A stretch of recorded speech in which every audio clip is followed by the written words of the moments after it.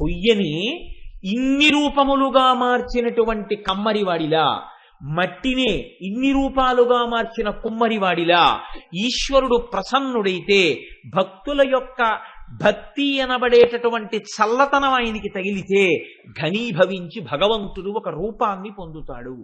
కాబట్టి ఇప్పుడు లలితాదేవి కూడా ఒక రూపాన్ని అలా పొంది ఆవిడ ఆవిర్భవించింది. లలితా సహస్రనామ స్తోత్రం మిగిలినటువంటి సహస్రనామ స్తోత్రముల వంటిది కాదు. దానికి ఒక ప్రత్యేకత ఉంటుంది. ఎందుచేత అన్న ప్రశ్నకి ఒక్కటే జవాబు. మిగిలినటువంటి సహస్రనామములలో చాలా సహస్రనామములు వ్యాసప్రోక్తములు. ఒక్క లలితా సహస్రనామ స్తోత్రం మాత్రం వ్యాసప్రోక్తం కాదు, వ్యాసుడు చెప్పినది కాదు. వసిన్యాది దేవతలు చేసినటువంటి స్తోత్రాన్ని వ్యాస భగవానుడు బ్రహ్మాండ పురాణంలో మనకి అందించాడంతే. అది సాక్షాత్తుగా అమ్మవారే అనుగ్రహించి వసిన్యాది దేవతల చేత పలికించింది శక్తినిచ్చి. అందుకని ఇది అమ్మవారే శక్తినిచ్చి పలికించి అమ్మవారే ఫలశ్రుతి చెప్పింది. దానికి ప్రతిరోజు ఈ స్తోత్రాన్ని చదివితే ఏం జరుగుతుంది అన్న విషయాన్ని అమ్మవారు స్వయంగా చెప్పింది. ఎక్కడ చెప్పింది అంటే ఒక పెద్ద దేవతా సభలో చెప్పింది ఆవిడ. అందుకే లలితా సహస్రనామముతో తుల్యమైనటువంటి సహస్రనామ స్తోత్రాన్ని చెప్పడం కష్టము అంటారు పెద్దలు. అందులో ఒక్క అక్షరం కూడా మీరు వెతికి చూద్దామన్నా అనవసరమైనటువంటి అక్షరములు ఏవీ కనపడవు. అవి వసిన్యాది దేవతలు అమ్మవారి అనుగ్రహంతో ఆ స్తోత్రాన్ని చెయ్యడమే దానికి ప్రధానమైన కారణం. అసలు లలితావిర్భావములకు సంబంధించినంత వరకు మనం గమనించవలసినటువంటి నేపథ్యం ఒకటి ఉంటుంది. భగవంతుడు అపారమైనటువంటి దయాసముద్రుడు, కరుణామూర్తి. భగవంతుని యొక్క కారుణ్యము ఎంత చిత్రంగా ఉంటుంది అంటే ప్రపంచంలో ప్రమాదకరమైనటువంటి వస్తువుని కూడా శుద్ధి చేసి ప్రపంచానికి పనికొచ్చేటట్టుగా అందజేయడంలో ఈశ్వరుడి యొక్క కారుణ్యము వ్యక్తమవుతూ ఉంటుంది. మీరు చూడండి, ఒక పాము యొక్క విషం మనిషిలోకి ప్రవేశిస్తే మనిషి మరణిస్తాడు. కానీ వైద్యుడు అదే పాము యొక్క విషాన్ని తీసి శుద్ధి చేసి మనుష్యులకు వచ్చినటువంటి అనారోగ్యములు తొలగిపోవడం కోసమని ఔషధంగా అందిస్తాడు. వైద్యుడి చేతిలో పడితే పాము విషం మనుష్య కోటికి అది ఒక ఔషధంగా పనికొస్తుంది. అదే పాము విషం మన శరీరంలోకి ప్రవేశిస్తే మృత్యుకారకం అవుతుంది. వైద్యుడి చేతిలో పడినటువంటి పాము విషం ఎలా ఔషధి గుణాన్ని పొందిందో అలాగే ఈ ప్రపంచంలో కొంతమంది అహంకారంతో గర్వంతో లోకాలన్నింటినీ కూడా ప్రమాదకరమైనటువంటి రీతిలోకి నెట్టేటట్టుగా ప్రవర్తించినప్పటికీ కారుణ్యమునకు ఆలవాలమైనటువంటి భగవంతుని యొక్క స్వరూపము, అది మీరు అమ్మవారిని పిలవండి, అయ్యవారిని పిలవండి, ఏ రూపంతో మీరు పిలిచినప్పటికీ ప్రస్ఫుటంగా ఈశ్వర కారుణ్యము వ్యక్తమవుతూ ఉంటుంది.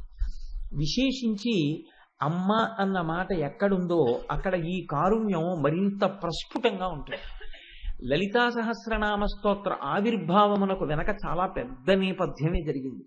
మిగిలినటువంటి సహస్రనామ స్తోత్రములకు వీటికి ఇంత పెద్ద నేపథ్యం ఉన్నట్లు కనపడదు. ఒక పరమభక్తుడైనటువంటి వాడు ఎక్కడో ఒక చోట కీర్తన చేస్తాడు, మంచిదే. నేనంత మాత్రం చేత ఆ సహస్రనామముల యొక్క వైభవమును తగ్గించి మాట్లాడడం అనేటటువంటిది నా ప్రయోజనం కాదు. ఒక సహస్రనామ స్తోత్ర ఆవిర్భావము వెనుక ఉన్నటువంటి నేపథ్యము ఎంత పెద్దదై ఉన్నదో మీరు లలితా సహస్రనామ స్తోత్రాన్ని గమనిస్తే మనం కొంచెం ఆశ్చర్యపోవలసి ఉంటుంది. ఎందుచేత అంటే తారకాసుర సంహారం జరపవలసి వచ్చింది. మీరు శివమహాపురాణాన్ని అవతరించినప్పుడు తెలుసుకున్నారు, తారకాసుర సంహారం జరగాలి అంటే పార్వతీ పరమేశ్వరులకు కుమారుడు జన్మిస్తే తప్ప తారకాసురుడు నిర్జింపబడడం. కనుక మన్మధుడు పార్వతీదేవి యందు పరమశివుడు అనురక్తతను పొందడం కోసమని తనకున్నటువంటి పుష్పబాణములను విడిచిపెట్టాడు. క్రుద్ధుడైనటువంటి పరమశివుడు తన 3వ నేత్రాన్ని తెరిచాడు. ఆ 3వ నేత్రంలోంచి వచ్చినటువంటి అగ్ని జ్వాలలలో మన్మధుని యొక్క శరీరము దహించుకుపోయి ఒక పెద్ద భస్మరాశి కింద పడింది. ఇప్పుడు ఈ భస్మరాశి పడిన తరువాత ఏ ప్రయోజనం జరుగుతుందనుకుని అక్కడికి దేవతలందరూ వచ్చారో ఆ ప్రయోజనం సిద్ధించలేదు సరికదా, వారు అనుకోనటువంటి హఠాత్ పరిణామము సంభవించింది. పరమశివుడి మీద మన్మథబాణములు పడితే పార్వతీ పరమేశ్వరుల యందు అనురాగము కలుగుతుంది ఒండరులకని దేవతలు ఆశించారు. కానీ మన్మథ దహనము జరిగింది. అందుకని ఎక్కడి దేవతలు అక్కడే సర్దుకుని వెళ్ళిపోయారు. వెళ్ళిపోయినప్పుడు అక్కడ ఇంకేమీ లేదు. మన్మథుని యొక్క శరీరము కాలిపోయి దాని భస్మరాశి పడి ఉంది. ఒక్కొక్కసారి చాలా తమాషా అయినటువంటి పనులు జరుగుతూ ఉంటాయి. ఇవి కాకతాళీయముగా జరిగాయి అని మీరు అనుకోవడానికి వీల్లేదు. ఎక్కడో ఉంటుంది భగవంతుని యొక్క సంకల్పం. ఆయన ఏదో ఊహ చేస్తాడు, లోకమునకు ఏదో ఒక ప్రయోజనమును అందించాలి. కాబట్టి గణములు అని ఉంటాయి. ఒక గణమునకు నాయకుడైనటువంటి వాడు ఆయనని గణేశ్వరుడు అంటారు. గణేశ్వరుడు అంటే గణములకు నాయకుడు అని. ఒక గణమునకు నాయకుడు గణేశ్వరుడు. చిత్రకర్మ అనేటటువంటి ఆయన ఆ ప్రాంతానికి వచ్చాడు. ఆయన ఈ బూది కుప్పని చూశాడు. బట్ చాలా బాగుంది, ఎంత తెల్లటి బూడిదో, దీంతో ఒక బొమ్మ చేస్తే బాగుంటుంది అనుకున్నాడు. ఆయన ఆ బూదితోటి ఒక బొమ్మని తయారు చేశాడు. బొమ్మని తయారు చేసి చూస్తే ఇప్పుడు ఆయన కంటికి అది చాలా అందంగా కనపడింది ఆ బొమ్మ. దానికి ప్రాణప్రతిష్ఠ జరిగింది. ప్రాణప్రతిష్ఠ జరిగితే అందులోంచి ఒక వ్యక్తి లేచాడు. అది పరమశివుడు క్రుద్ధుడై రుద్రమూర్తి అయి తన కన్ను తెరిచినప్పుడు వచ్చినటువంటి అగ్ని జ్వాలల చేత భస్మమైనటువంటి శరీరము యొక్క బూది. అందులోంచి తయారైనటువంటి వ్యక్తి కనుక వ్యగ్రతతో కూడినటువంటి స్వభావంతో ఉన్నాడు. ఇప్పుడు ఆ వ్యక్తిని చూసి చతుర్ముఖ బ్రహ్మగారు అన్నారు, భండ భండ అన్నారు. అంటే ఆయనకి అనుకోకుండానే నామకరణం జరిగింది. భండ భండ అన్నారు. అంటే ఆయన పేరు భండాసురుడు అయ్యాడు. అసురుడు ఆయనకి వెంటనే వచ్చిన పేరు కాదు. బ్రహ్మగారు ఆయన్ని పిలిచినటువంటి మాట భండ అని పిలిచారు. ఇప్పుడు ఈ భండ అసురుడయ్యాడు. అసురుడైతే రాక్షసుడైతే భండాసురుడు అయ్యాడు. ఈయనతో పాటుగా ఇద్దరు జన్మించారు. వాళ్ళిద్దరిని ఆయన యొక్క సోదరులు అని పిలిచారు. వాళ్ళు విశుక్రుడు, విషంగుడు. వాళ్ళ పేర్లన్నీ అలాగే ఉంటాయి. ఆ తమాషా ఏమిటో మీరు ఎలాగో లలితా సహస్రనామ స్తోత్రానికి వ్యాఖ్యానం వస్తుంది కాబట్టి అప్పుడు ఇందురు కానీ నేను ఇప్పుడు నేపథ్యంగా మాత్రమే ఆవిష్కరించే ప్రయత్నం చేస్తాను. ఈ విశుక్రుడు, విషంగుడు అనేటటువంటి సోదరులతో కలిసి భండాసురుడు లోకములనన్నింటినీ బాధ పెట్టడం ప్రారంభించాడు. ఎందుచేత అంటే మనకి ఇటువంటి రౌద్ర ప్రవృత్తితో కూడిన వాడు ఒకడు దొరికాడు. పైగా ఆయనకి భగవంతుని యొక్క అనుగ్రహం కలిగింది. రుద్రుని యొక్క అనుగ్రహం కలిగి వరాన్ని పొందాడు. తన ఎదురుగుండా ఈ బ్రహ్మాండంలో ఎవరైనా నిలబడితే, ఈ బ్రహ్మాండంలోని వారు ఎవరైనా ఆయనకి ఎదురు నిలబడితే వాళ్ళ బలంలో సగం ఆయనకి ఎడుతుంది. కాబట్టి కొన్ని వేల సంవత్సరముల దీర్ఘాయుష్మంతుడు. ఇటువంటి వాడే మనకు కావాలి మన శత్రువులందరితో పోరాటం చెయ్యాలంటే. కాబట్టి ఇప్పుడు రాక్షసులందరూ వచ్చి ఈ భండాసురుణ్ణి నాయకుడిగా మూర్ధాభిషిక్తుణ్ణి చేసేసారు. చేసేసి ఇప్పుడు ఆయనకి విశుక్రుడు, విషంగుడు అనేటటువంటి సోదరులు కూడా బయలుదేరారు. వీళ్ళ ముగ్గురు కలిసి అపారమైనటువంటి శక్తివంతులు. అపారమైన శక్తివంతులు కనుక రెండు పనులు చేస్తుంటారు. ఒకటి, తాము భోగం అనుభవిస్తారు. రెండు, ఆ భోగము వేరొకరు అనుభవిస్తే వాళ్ళు తట్టుకోలేరు. అదే రాక్షస ప్రవృత్తి అంటే. శరీరమునకు బలము ఉన్నప్పుడు ఈశ్వరుణ్ణి చేరుకునేటటువంటి ప్రయత్నం ఎవడు చేస్తున్నాడో వాడికి ఈశ్వరానుగ్రహం ఉన్నది అని గుర్తు. శరీరంలో బలం ఉండగా అది కేవలము భోగమునకు మాత్రమే వాడుకున్నవాడు ఆపదని గమనించలేకపోతున్నాడు. కాలము వెళ్ళిపోతోందని తెలుసుకోలేకపోతున్నాడు. తాను భోగమునందు లాలసతో ఉండడమే కాకుండా వేరొకడు ఎటువంటి భోగమును అనుభవించకూడదనేటటువంటి దృష్టికోణం కూడా పొంది ఉన్నటువంటి వాడినే రాక్షసుడు అని పిలుస్తారు. కాబట్టి ఇప్పుడు రాక్షసుల యొక్క చిలిమి చేశారు, రాక్షసులకు నాయకులయ్యారు. ఈ భండాసురుడికి 4 భార్యలు. సమ్మోహిని, కుముదిని, చిత్రాంగి, సుందరి. 4 భార్యల్ని చేసుకున్నాడు. పరమ సంతోషంగా కాలం గడుపుతున్నాడు. కాలం గడుపుతుంటే ఒకనాడు విశుక్రుడు, విషంగుడు, భండాసురుడు ఒక చోట సమావేశం అయ్యారు. రాక్షసుల యొక్క ప్రవృత్తి ఎంత గమ్మత్తుగా ఉంటుందో చూడండి. మీరు పురాణములను పరిశీలనం చేస్తే పురాణాలు ఎందుకు పనికొస్తాయండి అనుకుంటారు చాలా మంది. పురాణముల యందు సరి అయినటువంటి దృష్టికోణ ప్రసరణం జరిగితే మీరు ఈ లోకాన్ని అధ్యయనం చేయడం చాలా తేలికైపోతుంది. రాక్షసుల యొక్క ప్రవృత్తి ఎలా ఉంటుందో చూపిస్తున్నారు ఋషి. వీళ్ళు ముగ్గురు ఒక చోట సమావేశమయ్యారు. సమావేశమై వాళ్ళు అనుకున్నది ఏమిటంటే, మనం ఎలా జన్మించామన్నది పక్కన పెట్టండి, అనుకోకుండా జన్మించేశాం. మనం కూడా అంతే కదండి. ఎక్కడో భండాసురుడు అనుకోకండి. కొంచెం ఈ మాటలు మీరు అన్వయం చేసుకునే ప్రయత్నం చేయండి. మన ప్రయత్నం మన ప్రయోజనం ఏం లేదు, పుట్టేశాం. కాబట్టి ఎన్ని కష్టాలు పడ్డాం, ఎన్ని జన్మలు ఎత్తి పుట్టాం పక్కన పెట్టేయండి. ఇప్పుడు పుట్టాం కదా, భోగాలను భవిస్తే కూడా వదిలిపోయింది అంతే. భండుడు అంటే ఎక్కడో ఉంటే లలితాశాస్త్రం ఇప్పుడు చెప్పుకోవడం ఎందుకంటే, కాబట్టి ఎక్కడ ఉన్నాడు భండుడు అంటే నా ఎందే ఉన్నాడు. కాబట్టి ఇప్పుడు ఈ భండాసురుడు విశుక్రుడు విషంగుడితో కలిసి అన్నాడు, మనం సుఖాలు అనుభవించాం, మనం భోగాలు అనుభవించామంటే బాగుంది. మనని ఆశ్రయించినటువంటి వాళ్ళు సుఖాలు అనుభవించారు, భోగాలు అనుభవించారు, చాలా బాగుంది. మనకి ఎవరు జయ జయధ్వానం చేస్తారో, ఎవరు మనని ప్రభువుగా అంగీకరించారో, ఎవరు మన మోచేతి కింద నీరు తాగి బతుకుతున్నామని గులాములై ఉన్నారో అటువంటి వాళ్ళు సుఖములు అనుభవిస్తే మనకేం అభ్యంతరం లేదు. అటువంటి వారెవరు? రాక్షసులు. కాబట్టి రాక్షసులను అనుభవించని. కానీ మనని నాయకుడిగా అంగీకరించినటువంటి జాతులు కొన్నున్న ఈ ప్రపంచంలో, ఈ బ్రహ్మాండంలో. అవి యక్ష గంధర్వ కిన్నెర కింపురుష దేవతలతో ప్రారంభించి మనుష్య జాతితో సహా ఎన్నో జాతులున్నాయి. వీళ్ళెందుకు అనుభవించాలి భోగం? మనం అనుభవించామంటే దానికి అర్థం ఉంది. సుఖం అనుభవిస్తాం, వాడెందుకు అనుభవించాలి సుఖం? మీరు చూడండి, ఒక్కొక్కడు తాను సుఖపడతాడు, ఇంకొకడు సుఖపడ్డాన్ని చూడలేడు. మీరు చూడండి, కొంతమంది దగ్గర ఒక గమ్మత్తు ఉంటుంది. తాను కూర్చుని ఉంటాడు, వేరొకరిని కూర్చోమని అండం. ఎందుకనంటే లోపల భండుడు ఉన్నాడు, నేను కూర్చోవచ్చు, ఆయన కూర్చోవడం ఏమిటి నా ముందు, అంటే కూర్చోమండం. ఎందుకు అనలేడు అంటే కుర్చీ ఖాళీగా అన్నా ఉంచుతాడు తప్ప తన ముందు కూర్చోవడం అంగీకరించలేడు.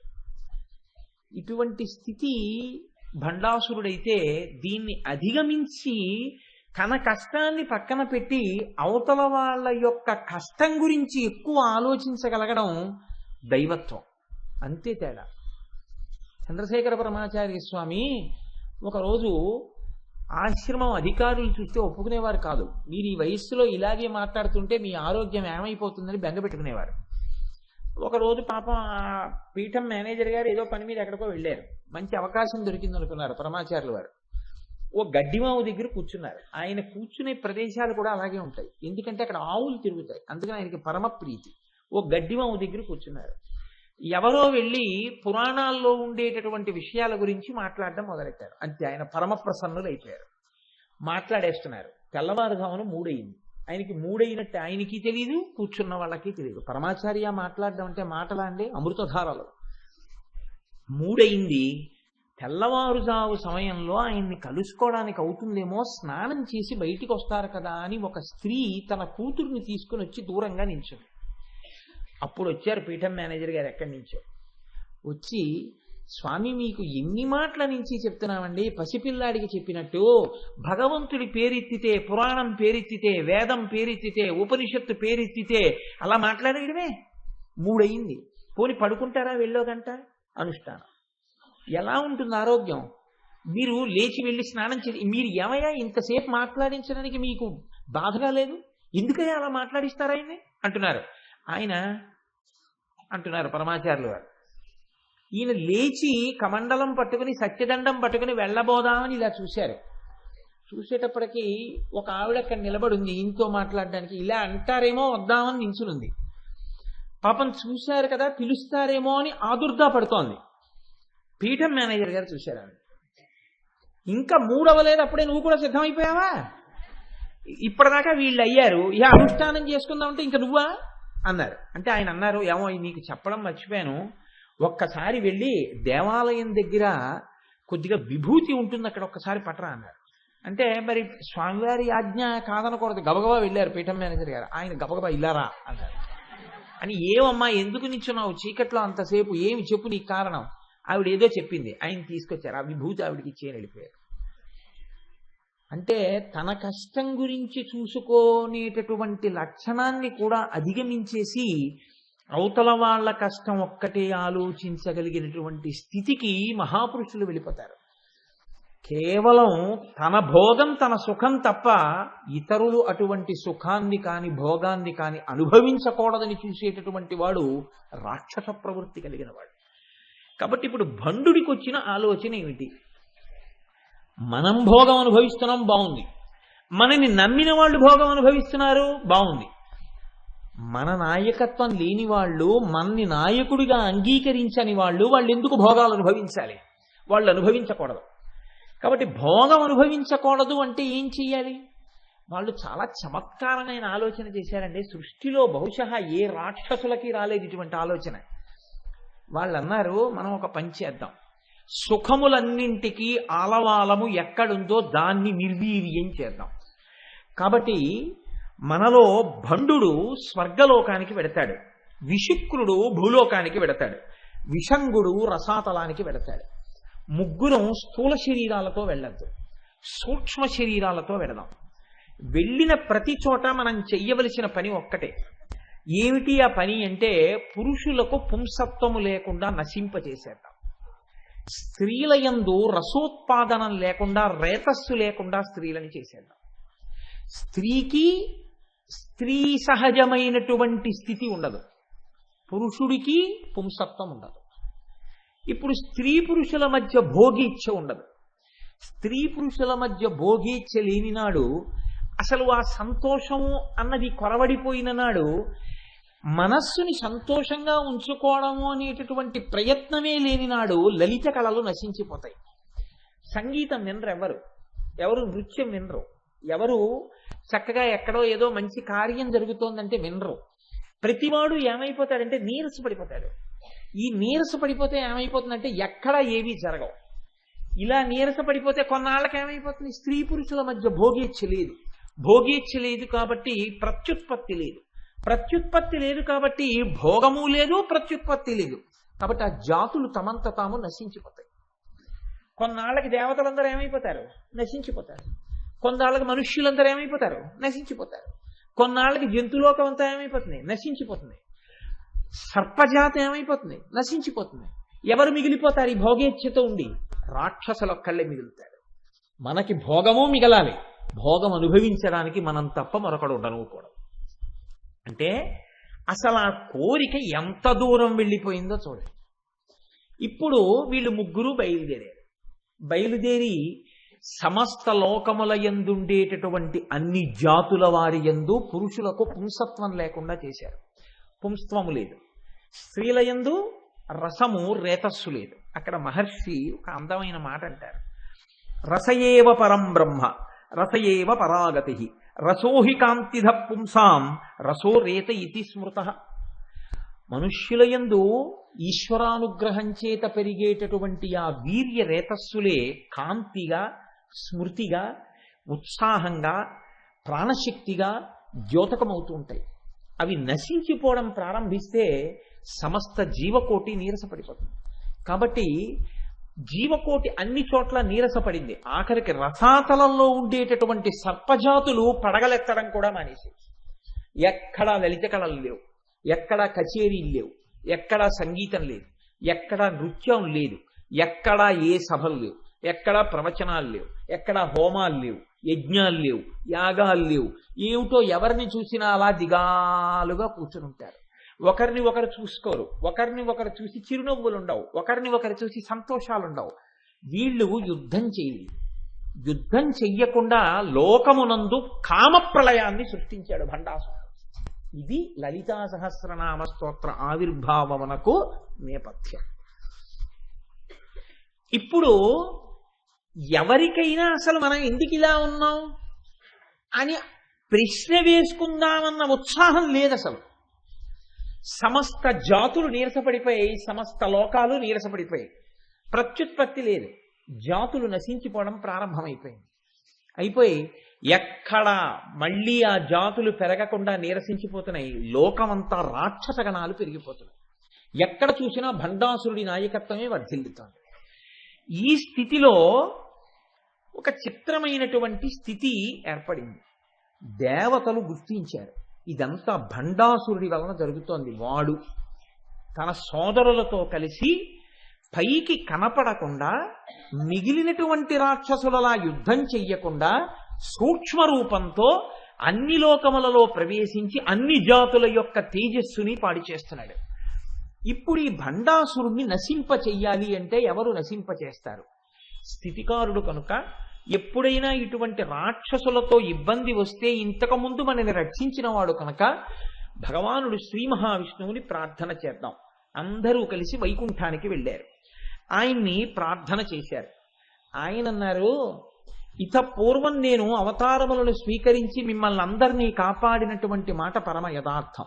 కానీ ఈ బ్రహ్మాండమునకు సంబంధించినంత వరకు భండాసురుడి దగ్గర ఒక వరం ఉంది. ఆయన ముందు ఈ బ్రహ్మాండంలో ఉన్నటువంటి ఎవ్వరూ పనికిరారు, సగం బలాన్ని తీసుకుంటాడు. కాబట్టి ఇప్పుడు ఈ బ్రహ్మాండానికి ఆవలి ఉన్న వారిని తీసుకొచ్చి ఈ బ్రహ్మాండంలో ఉన్న భండాసురుణ్ణి నిర్జింపచేయాలి.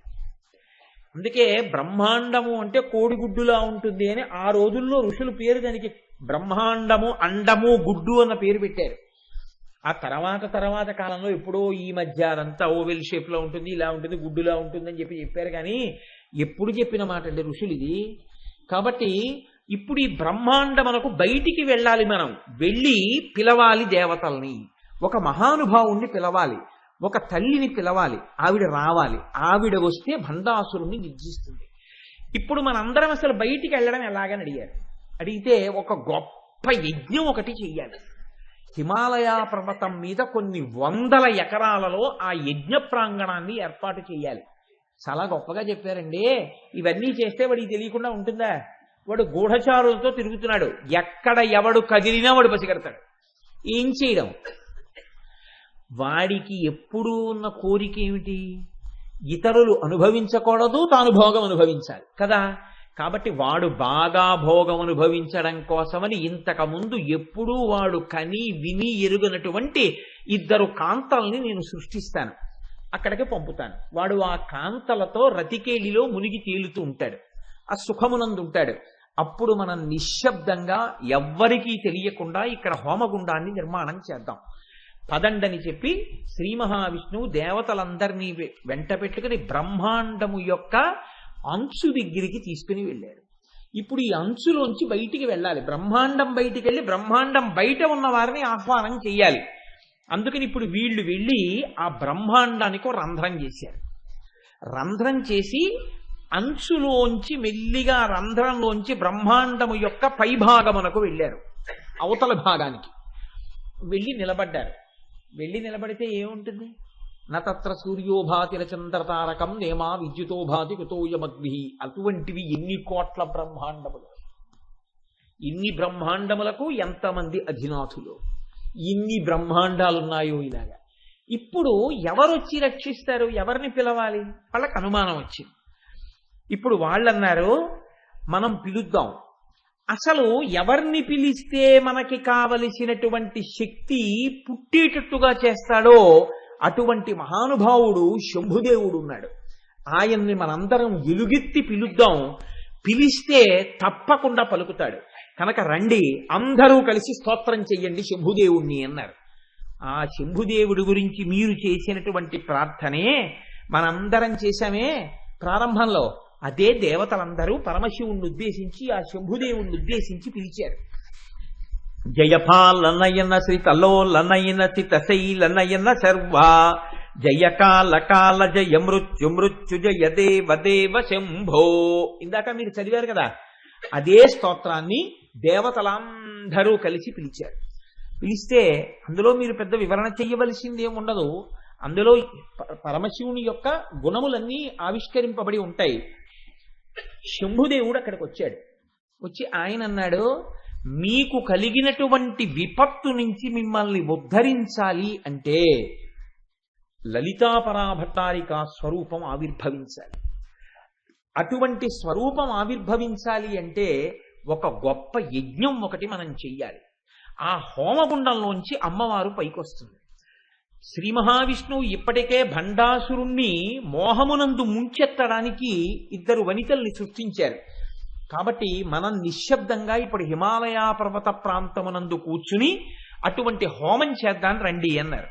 అందరూ వెళ్ళారు. ఒక పెద్ద యజ్ఞగుండాన్ని అక్కడ తయారు చేశారు. కూర్చుని ఇప్పుడు ఆ యజ్ఞగుండంలో అగ్నిహోత్రాన్ని ప్రతిష్ఠించాలి. అప్పుడు కదండి అందులోకి హవిస్సులు ఇచ్చి పిలవడం అమ్మవారిని. ఇప్పుడు ఈ అగ్నిని తీసుకొచ్చి పెట్టడానికి మీరు మొన్న చూశారు, ఇక్కడ వెంకటాచల వైభవం జరుగుతున్నప్పుడు ఆరణి మంధనము అని చేస్తారు. ఇటువంటి అగ్నిని పుట్టించవచ్చు. కానీ పుట్టిస్తే అప్పుడు ఆ అగ్ని ఏ బ్రహ్మాండంలోది? ఈ బ్రహ్మాండంలోదే అవుతుంది. ఈ బ్రహ్మాండంలో ఉన్న అగ్నితో మీరు ఏదైనా చేస్తే వాడు సంకల్పం చేస్తే అందులో సగం తీసేసుకుంటాడు. కాబట్టి ఇప్పుడు ఇక్కడ అగ్ని పనికిరాదు. కాబట్టి ఇప్పుడు అగ్ని ఎలాగా అని ఆలోచించారు. వాడు ఎంత ఉపద్రవం తీసుకొచ్చాడో చూడండి భండాసురుడు. అంటే ఇప్పుడు శంభుదేవుడు అన్నాడు, మనకి గార్హపత్య అగ్ని, ఆహవనీయ అగ్ని, దక్షిణాగ్ని అని 3 అగ్నులు ఉన్నాయి. కానీ ఇప్పుడు ఈ 3 అగ్నులతో కుదరదు కనుక నేను చిదగ్ని అనబడేటటువంటి అగ్నిని వాయు రూపంలో బ్రహ్మాండం బయనించి ఆ బ్రహ్మాండమునకు చేయబడిన రంధ్రంలోంచి తీసుకొచ్చిన వాయువుని ఈ హోమగుండంలోకి ప్రవేశపెట్టి అగ్నిని రగలుస్తాను. దాన్ని చిదగ్ని అంటారు. ఇప్పుడు ఈ చిదగ్ని గుండంలో మీరు హవిస్సులు ఇవ్వండి. హవిస్సులు ఇచ్చేటప్పుడు మీరు సామాన్యమైనటువంటి పదార్థమును వేస్తాను అంటే మీరు చేసినటువంటి యజ్ఞము చేత ప్రీతి చెంది అమ్మవారు ఆవిర్భవించడానికి చాలా కాలం పట్టచ్చు. మనకి మళ్ళీ భండుడు మేల్కొనే లోపల అమ్మవారి ఆవిర్భావం జరిగిపోవాలి. కాబట్టి మీ ఆర్తి ప్రకటనం జరగాలి, తొందరగా రమ్మని పిలవాలి. కాబట్టి హవిస్సుల కొరకు వేరొకటి వాడకండి. మీరు దేవతలు కనుక మీ శరీరావయవములను కోసినంత మాత్రం చేత మీకు మృత్యువు రాదు. అది ఇతరులైతే శరీరావయవములను కోసేసుకుంటే మృత్యువు పాలైపోతారు. మీకు ఆ భయం లేదు. కాబట్టి మీరు మీ శరీరావయవములను ఖండించి అగ్నిహోత్రంలో వ్రేల్చండి, హవిస్సులుగా ఇవ్వండి. అంటే మీ ఆర్తి ప్రకటనం జరుగుతుంది. అప్పుడు అందులోంచి అమ్మవారు ఆవిర్భవిస్తుంది. ఇది దేవతలకు కాబట్టి సరిపోయింది. అలా ఆర్తి ప్రకటనానికి అందరటువంటి పనులు చేయమని కాదు దాని ఉద్దేశం. కాబట్టి ఇప్పుడు హోమగుండంలో దేవతలు తమ యొక్క శరీర ఖండములను తీసి ఆ అగ్నిహోత్రంలో సమర్పించి అమ్మవారిని ప్రార్థన చేశారు. అమ్మా నువ్వు ఆవిర్భవించాలి అని ఆనాడు శంభుదేవుడు అష్టకారికలతో ప్రార్థన చేశాడు. అదే సముద్భవ సముద్భవ, అమ్మాను ఆవిర్భవించు, అమ్మాను ఆవిర్భవించు, అమ్మాను ఆవిర్భవించు అంటూ 8 శ్లోకాలున్నాయే ఆనాడు బ్రహ్మాండ పురాణంలో శంభుదేవుడు చదివినటువంటి అష్టకారికలు. వాటిని దేవతలందరూ చదివారు. అలా చదివితే అమ్మవారి యొక్క ఆవిర్భావం ప్రారంభమైంది ఆ చిదగ్నిగుండంలోంచి. ఇప్పుడు వీళ్ళందరూ అలా హోమం చేస్తూ అలా యజ్ఞములో తమ శరీర ఖండములను వ్రేలుస్తూ అమ్మవారిని ప్రార్థన చేస్తుంటే అమ్మవారి యొక్క అనుగ్రహము కలిగి మాంసనేత్రము చేత చూడడానికి వీలు కానటువంటి పరబ్రహ్మస్వరూపిణి అయినటువంటి అమ్మవారు అందరికీ కనపడేటటువంటి రూపంతో అనేక కోట్ల బ్రహ్మాండములకు నాయకురాలైనటువంటి తల్లి, మణిద్వీపంలో కూర్చుని ఇన్ని బ్రహ్మాండములను శాసించగలిగినటువంటి తల్లి ఈ బ్రహ్మాండంలో హిమాలయ పర్వతాల మీద ఏర్పాటు చేయబడినటువంటి హోమగుండంలోంచి ఆ తల్లి ఆవిర్భవించడం ప్రారంభించింది. అమ్మవారు ఎప్పుడైతే చిదగ్ని గుండంలోంచి ఆవిర్భవిస్తోందో ఆ స్వరూపాన్ని చూసి దేవతలందరూ ప్రార్థన చేశారు. అమ్మా ఇది లలితా సహస్రనామ స్తోత్రము దేవతలు చేసినది కాదు. మీరు బాగా జ్ఞాపకం పెట్టుకోండి. ఇందాక మనం చదివేమే స్తోత్రం దేవతలు లలితాదేవిని గూర్చి చేసిన ప్రార్థన. అప్పుడు దేవతలు అమ్మవారిని ప్రార్థన చేశారు. అమ్మా నువ్వు ఇలా ఉన్నావు, ఎర్రటి వస్త్రం కట్టుకున్నావు అని నమస్కారం చేస్తూ నిలబడ్డారు. అప్పుడు ఆ తల్లి ఆవిర్భవించింది. ఆవిర్భవించిన తరువాత ఏం జరిగినది అన్నది మీరు లలితా సహస్రనామ స్తోత్ర పూర్వభాగమనందు వింటారు. ఆవిడ యుద్ధం ఎలా చేసింది, ఆవిడ ఎలా దేవతా సైన్యాల్ని సృష్టి చేసింది, అప్పటికప్పుడు ఆవిడ వారాహిని ఎలా సృష్టించింది, శ్యామలాదేవిని ఎలా సృష్టించింది, ఆవిడ ఏనుగుల్ని ఎలా సృష్టించింది, గుర్రాలని ఎలా సృష్టించింది, బాలాతల్లిని తన బిడ్డని ఎలా సృష్టించింది, తన భర్తని మహాకామేశ్వరుడిగా ఎలా స్వీకరించింది, యుద్ధం ఎలా చేసింది, ఆఖరికి భండాసురుణ్ణి నిర్జించింది, ఆవిడ సంహరించింది. ఇప్పుడు భండాసురుణ్ణి సంహరించిన తరువాత దేవతలందరూ పరమ ప్రసన్నాన్ని పొందారు. ఇక్కడ మీరు గమనించవలసినటువంటి విషయం ఒకటి ఉంటుంది. అమ్మవారు ఆవిర్భవించడానికి కారణం ఏమి? దానికి ఇలా చేస్తే ఆవిర్భవించినది అని చెప్పడానికి ఒక ప్రత్యేకమైనటువంటి శైలి ఏదైనా వాళ్ళు పాటించారని చెప్పడం కుదురుతుందా అంటే దానికి పెద్దలు అంటారు, ఒక మాట చెప్తారు, ఘృత కాఠిన్యవత్. అంటే నెయ్యి కరిగి ఉంటుంది, కరిగి ఉన్నటువంటి నీతికి ఒక రంగు ఉండదు, ఒక రూపం ఉండదు. కానీ దానికి చల్లటి గాలి తగిలిందనుకోండి, వెంటనే అది ఘనీభవిస్తుంది, ఘనీభవించి ముద్దలా అవుతుంది. ఇప్పుడు ముద్దలా ఉన్నటువంటి నీతిని మీరు చేత్తో పట్టుకోవచ్చు, ముద్దలా ఉన్నటువంటి చేతికి ఒక రూపం ఉంటుంది, ఒక రంగు ఉంటుంది, మీకు తెలుస్తుంది. కరిగినటువంటి నెయ్యి చల్లటి గాలికి పేరుకున్నట్టే భగవంతుని యొక్క నిర్గుణమైనటువంటి స్వరూపము భక్తుల యొక్క ఆర్తి అనబడేటటువంటి, భక్తి అనబడేటటువంటి చల్లతనం తగిలితే ఈ కంటితో చూడడానికి వీలైనటువంటి సాకారమును పొందుతుంది. అందుకే అంతటా నిండి నిబిడీకృతమైనటువంటి పరమాత్మ ఒక అవతారమును దాల్చాలి అంటే దానికి ముందు ఒక స్తోత్రం ఉంటుంది, ఒక ప్రార్థన ఉంటుంది. దేవతలో ఋషులో ఎవరో ప్రార్థన చేస్తారు. ఆ ప్రార్థనని మన్నించి భగవంతుడు ఒక రూపాన్ని పొందుతాడు. అందుకే వేదం అజాయమానో బహుధా విజాయతే అంటుంది. ఇన్ని రూపాలు ఎందుకండి సనాతన ధర్మంలో, ఇంతమంది దేవుళ్ళు ఎందుకండి అని అడుగుతుంటారు. నీకెన్ని కష్టాలున్నాయో అన్ని భగవంతు రూపాలు ఉంటాయి. కారణం ఏమిటో తెలుసా అండి? ఒక్కొక్కడికి ఒక్కొక్క కష్టం వచ్చినప్పుడు ఒక్కొక్క రూపంలో ఈశ్వరుడు రావాలని అడిగాడు. ఆ రూపంలో ఈశ్వరుడు వచ్చాడు. చెయ్యగలిగిన నేర్పరితనం ఉండాలి, కానీ ఒక్క కొయ్య దుంగ పట్టుకుని అందులోంచి పిచుకలు చేస్తాడు, అందులోంచి బొమ్మలు చేస్తాడు, దశావతారాలు చేస్తాడు, కుండలు చేస్తాడు, మూకుళ్ళు చేస్తాడు, ఇన్ని చేస్తాడు. ఒక్క కొయ్య ముక్క పట్టుకుని అందులోంచి ఏనుగులు చేస్తాడు, గుర్రాలు చేస్తాడు, ఇన్ని చేస్తాడు. మీరు బొమ్మల గూట్లో ఇవన్నీ పెట్టి పిల్లల్ని తీసుకెడితే ఇవి గుర్రాలు, ఇవి ఏనుగులు, ఇవి దశావతారాలు, ఇవి రాముడు, ఇది ధనస్సు, ఇది కుండ, ఇది మూకుడు, ఇది మూత, ఇన్ని మాటలు చెప్తారు. కానీ అదంతా కొయ్యే. కొయ్యని ఇన్ని రూపములుగా మార్చినటువంటి కమ్మరివాడిలా, మట్టినే ఇన్ని రూపాలుగా మార్చిన కుమ్మరివాడిలా ఈశ్వరుడు ప్రసన్నుడైతే భక్తుల యొక్క భక్తి అనబడేటటువంటి చల్లతనం ఆయనకి తగిలితే ఘనీభవించి భగవంతుడు ఒక రూపాన్ని పొందుతాడు. కాబట్టి ఇప్పుడు లలితాదేవి కూడా ఒక రూపాన్ని అలా పొంది ఆవిడ ఆవిర్భవించింది. ఇప్పుడు ఈ ఆవిర్భవించినటువంటి తల్లి భండాసురుణ్ణి నిర్జించిన తరువాత, మీ అందరికీ కావలసినటువంటి పని నేను చేసి పెట్టాను, భండాసురుణ్ణి నిర్జించాను, ఇప్పుడు లోకములన్నీ ప్రశాంతతని పొందాయి, అందరూ మళ్ళీ ఉత్సాహాన్ని పొందారు, అందరూ మళ్ళీ సంతోషాన్ని పొందారు, అన్ని జాతులు మళ్ళీ పెరుగుతాయి. ఇక నేను బయలుదేరి నా యొక్క మణిద్వీపానికి వెళ్ళిపోతున్నాను, నా యొక్క నిజ స్థావరం ఏదుందో ఆ స్థావరానికి, పరిపాలనా కేంద్రానికి బయలుదేరుతున్నానన్నారు. అంటే దేవతలు ఋషులు అందరూ ఆనాడు అమ్మవారిని ప్రార్థన చేశారు. అమ్మా, కష్టం ఎందుకు వచ్చిందో మాకు తెలియదు, కానీ ఇది ఒక గొప్ప అనుగ్రహానికి హేతువైంది. పాము విషం వైద్యుడి చేతిలో పడితే ఓషధి అయినట్టు భండాసురుడు పెట్టినటువంటి కష్టాలకి నిన్ను ప్రార్థన చేయడం మాకు ఒక పెద్ద ఉపకారం చేస్తోంది. నువ్వు ఇక్కడి నుంచి వెళ్ళిపోవడానికి వీల్లేదు. నీవు 16 చోట్ల ఈ భూమండలంలో ఉండాలి, ఈ బ్రహ్మాండంలో. కాబట్టి ఈ 16 చోట్ల నువ్వు ఉన్న ప్రాంతాలని కూడా శ్రీపురములు అని పిలుస్తారు. 16 పేర్లు శ్రీపురములే. కాబట్టి 16 శ్రీపురములను నిర్మించడం కోసమని మేము మయుణ్ణి, విశ్వకర్మని ప్రార్థన చేస్తాం. 16 చోట్ల నువ్వు వెలియాలి తల్లి అన్నారు. ఇప్పుడు మీరు ఆలోచించండి, అంత ఉన్నది కొయ్యని గుర్రంగా మారిస్తే గుర్రం, ఉన్నది కొయ్య ఏనుగ్గా మారిస్తే ఏనుగు, ఉన్నది కొయ్య రాముడిగా చెక్కితే రాముడు, ఉన్నది కొయ్య కృష్ణుడిగా చెక్కితే కృష్ణుడు. కానీ అది మాత్రం కొయ్య, లోపల ఉన్నది కొయ్య లేకుండా మాత్రం ఇవేమీ లేవు. ఇవి లేకపోయినా కొయ్య మాత్రం ఉంటుంది.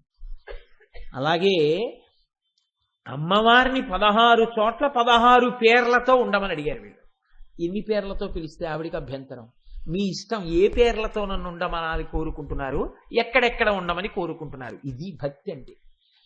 వాళ్ళు అనుగ్రహాన్ని పొంది వదిలిపెట్టలేదు, వాళ్ళు అలా అడిగారు కాబట్టే మనకి లలితా సహస్రం వచ్చింది. వాళ్ళు అన్నారు, అమ్మ నువ్వు 16 చోట్ల నిలబడాలి అన్నారు. ఎక్కడెక్కడా అని అడిగింది తల్లి. మేరు పర్వతం, నిషధ పర్వతం, హేమకూటం, హిమాలయం, గంధమాదనం, నీలగిరి, మేషగిరి, శృంగగిరి, మహేంద్రగిరి, లవణ సముద్రం, ఇక్షు సముద్రం, సురా సముద్రం, ఘృత సముద్రం, దధి సముద్రం, క్షీర సముద్రం, జల సముద్రం. ఈ అన్ని చోట్ల, ఈ 16 చోట్ల నువ్వు స్థిర నివాసివై ఉండాలి. ఏ పేర్లతో ఉండమంటారు అని అడిగింది తల్లి. ఈ పేర్లు వింటే చాలండి, దేవతలు అమ్మవారిని ప్రార్థన చేసి తెచ్చుకున్నటువంటి పేర్లు. అందుకే ఆ నామములను విన్నంత మాత్రం చేత అమ్మవారి యొక్క అనుగ్రహం కలుగుతూ ఉంటుంది. కామేశ్వరీపురి, భగమాలినీపురి, నిత్యక్లిన్నాపురి, భేరుండాపురి, వస్నివాసినీపురి, మహావజ్రేశ్వరీపురి, శివదూతీపురి, త్వరితాపురి, కులసుందరీపురి, నిత్యాపురి, నీలపతాకాపురి, విజయాపురి, సర్వమంగళాపురి, జ్వాలామాలినీపురి, చిత్రాపురి, మహానిత్యాపురి అని 16 పేర్లతో అమ్మవారి పేరుతో ఉన్నటువంటి పురంగా, అసలన్నిటికీ పేరు శ్రీపురాలి. 16 పేర్లతో అమ్మవారు 16 ప్రాంతములలో వెలిసింది. ఆ తల్లి వెలిసిందంటే దేవతల ప్రార్థనని అనుసరించి 16 ప్రాంతములందు నిలబడి ఈ బ్రహ్మాండాన్నంతటినీ ఆ తల్లి తన యొక్క రక్షణ కవచంలోకి తీసుకుంది. ఈ ఆవిర్భవించినటువంటి తల్లి యొక్క స్వరూపానికి ఋషులు ఒక పేరు పెట్టారు. ఆ పేరే లలిత అన్నారు. లలిత అన్న పేరు ఎందుకు పెట్టారు, ఏ కారణం చేత పెట్టారు? ఏదో పెట్టాలని అనిపించి పెట్టారా, లేకపోతే లలిత అని పిలవడం వెనకాతల ఏదైనా హేతు ఉందా అంటే, లోకానతీత్య లలతే లలిత తేన చోచ్యతే. ఈ తల్లి లోకములన్నింటినీ మించిపోయినటువంటి అతిశయంతో కూడినటువంటి తల్లి కనుక, అంతటి సౌందర్యమును పొంది ఉన్న తల్లి కనుక లోకానతీత్య లలతే లలిత తేన చోచ్యతే. ఆ తల్లికి లలిత అని ఉచ్యతే, పిలవబడినది. కానీ ఇక్కడ మీరు ఒక విషయాన్ని ఆలోచించండి. కొంచెం మీరు జాగ్రత్తగా పరిశీలనం చేస్తే ఒక విషయాన్ని మీరు గమనించవలసి ఉంటుంది.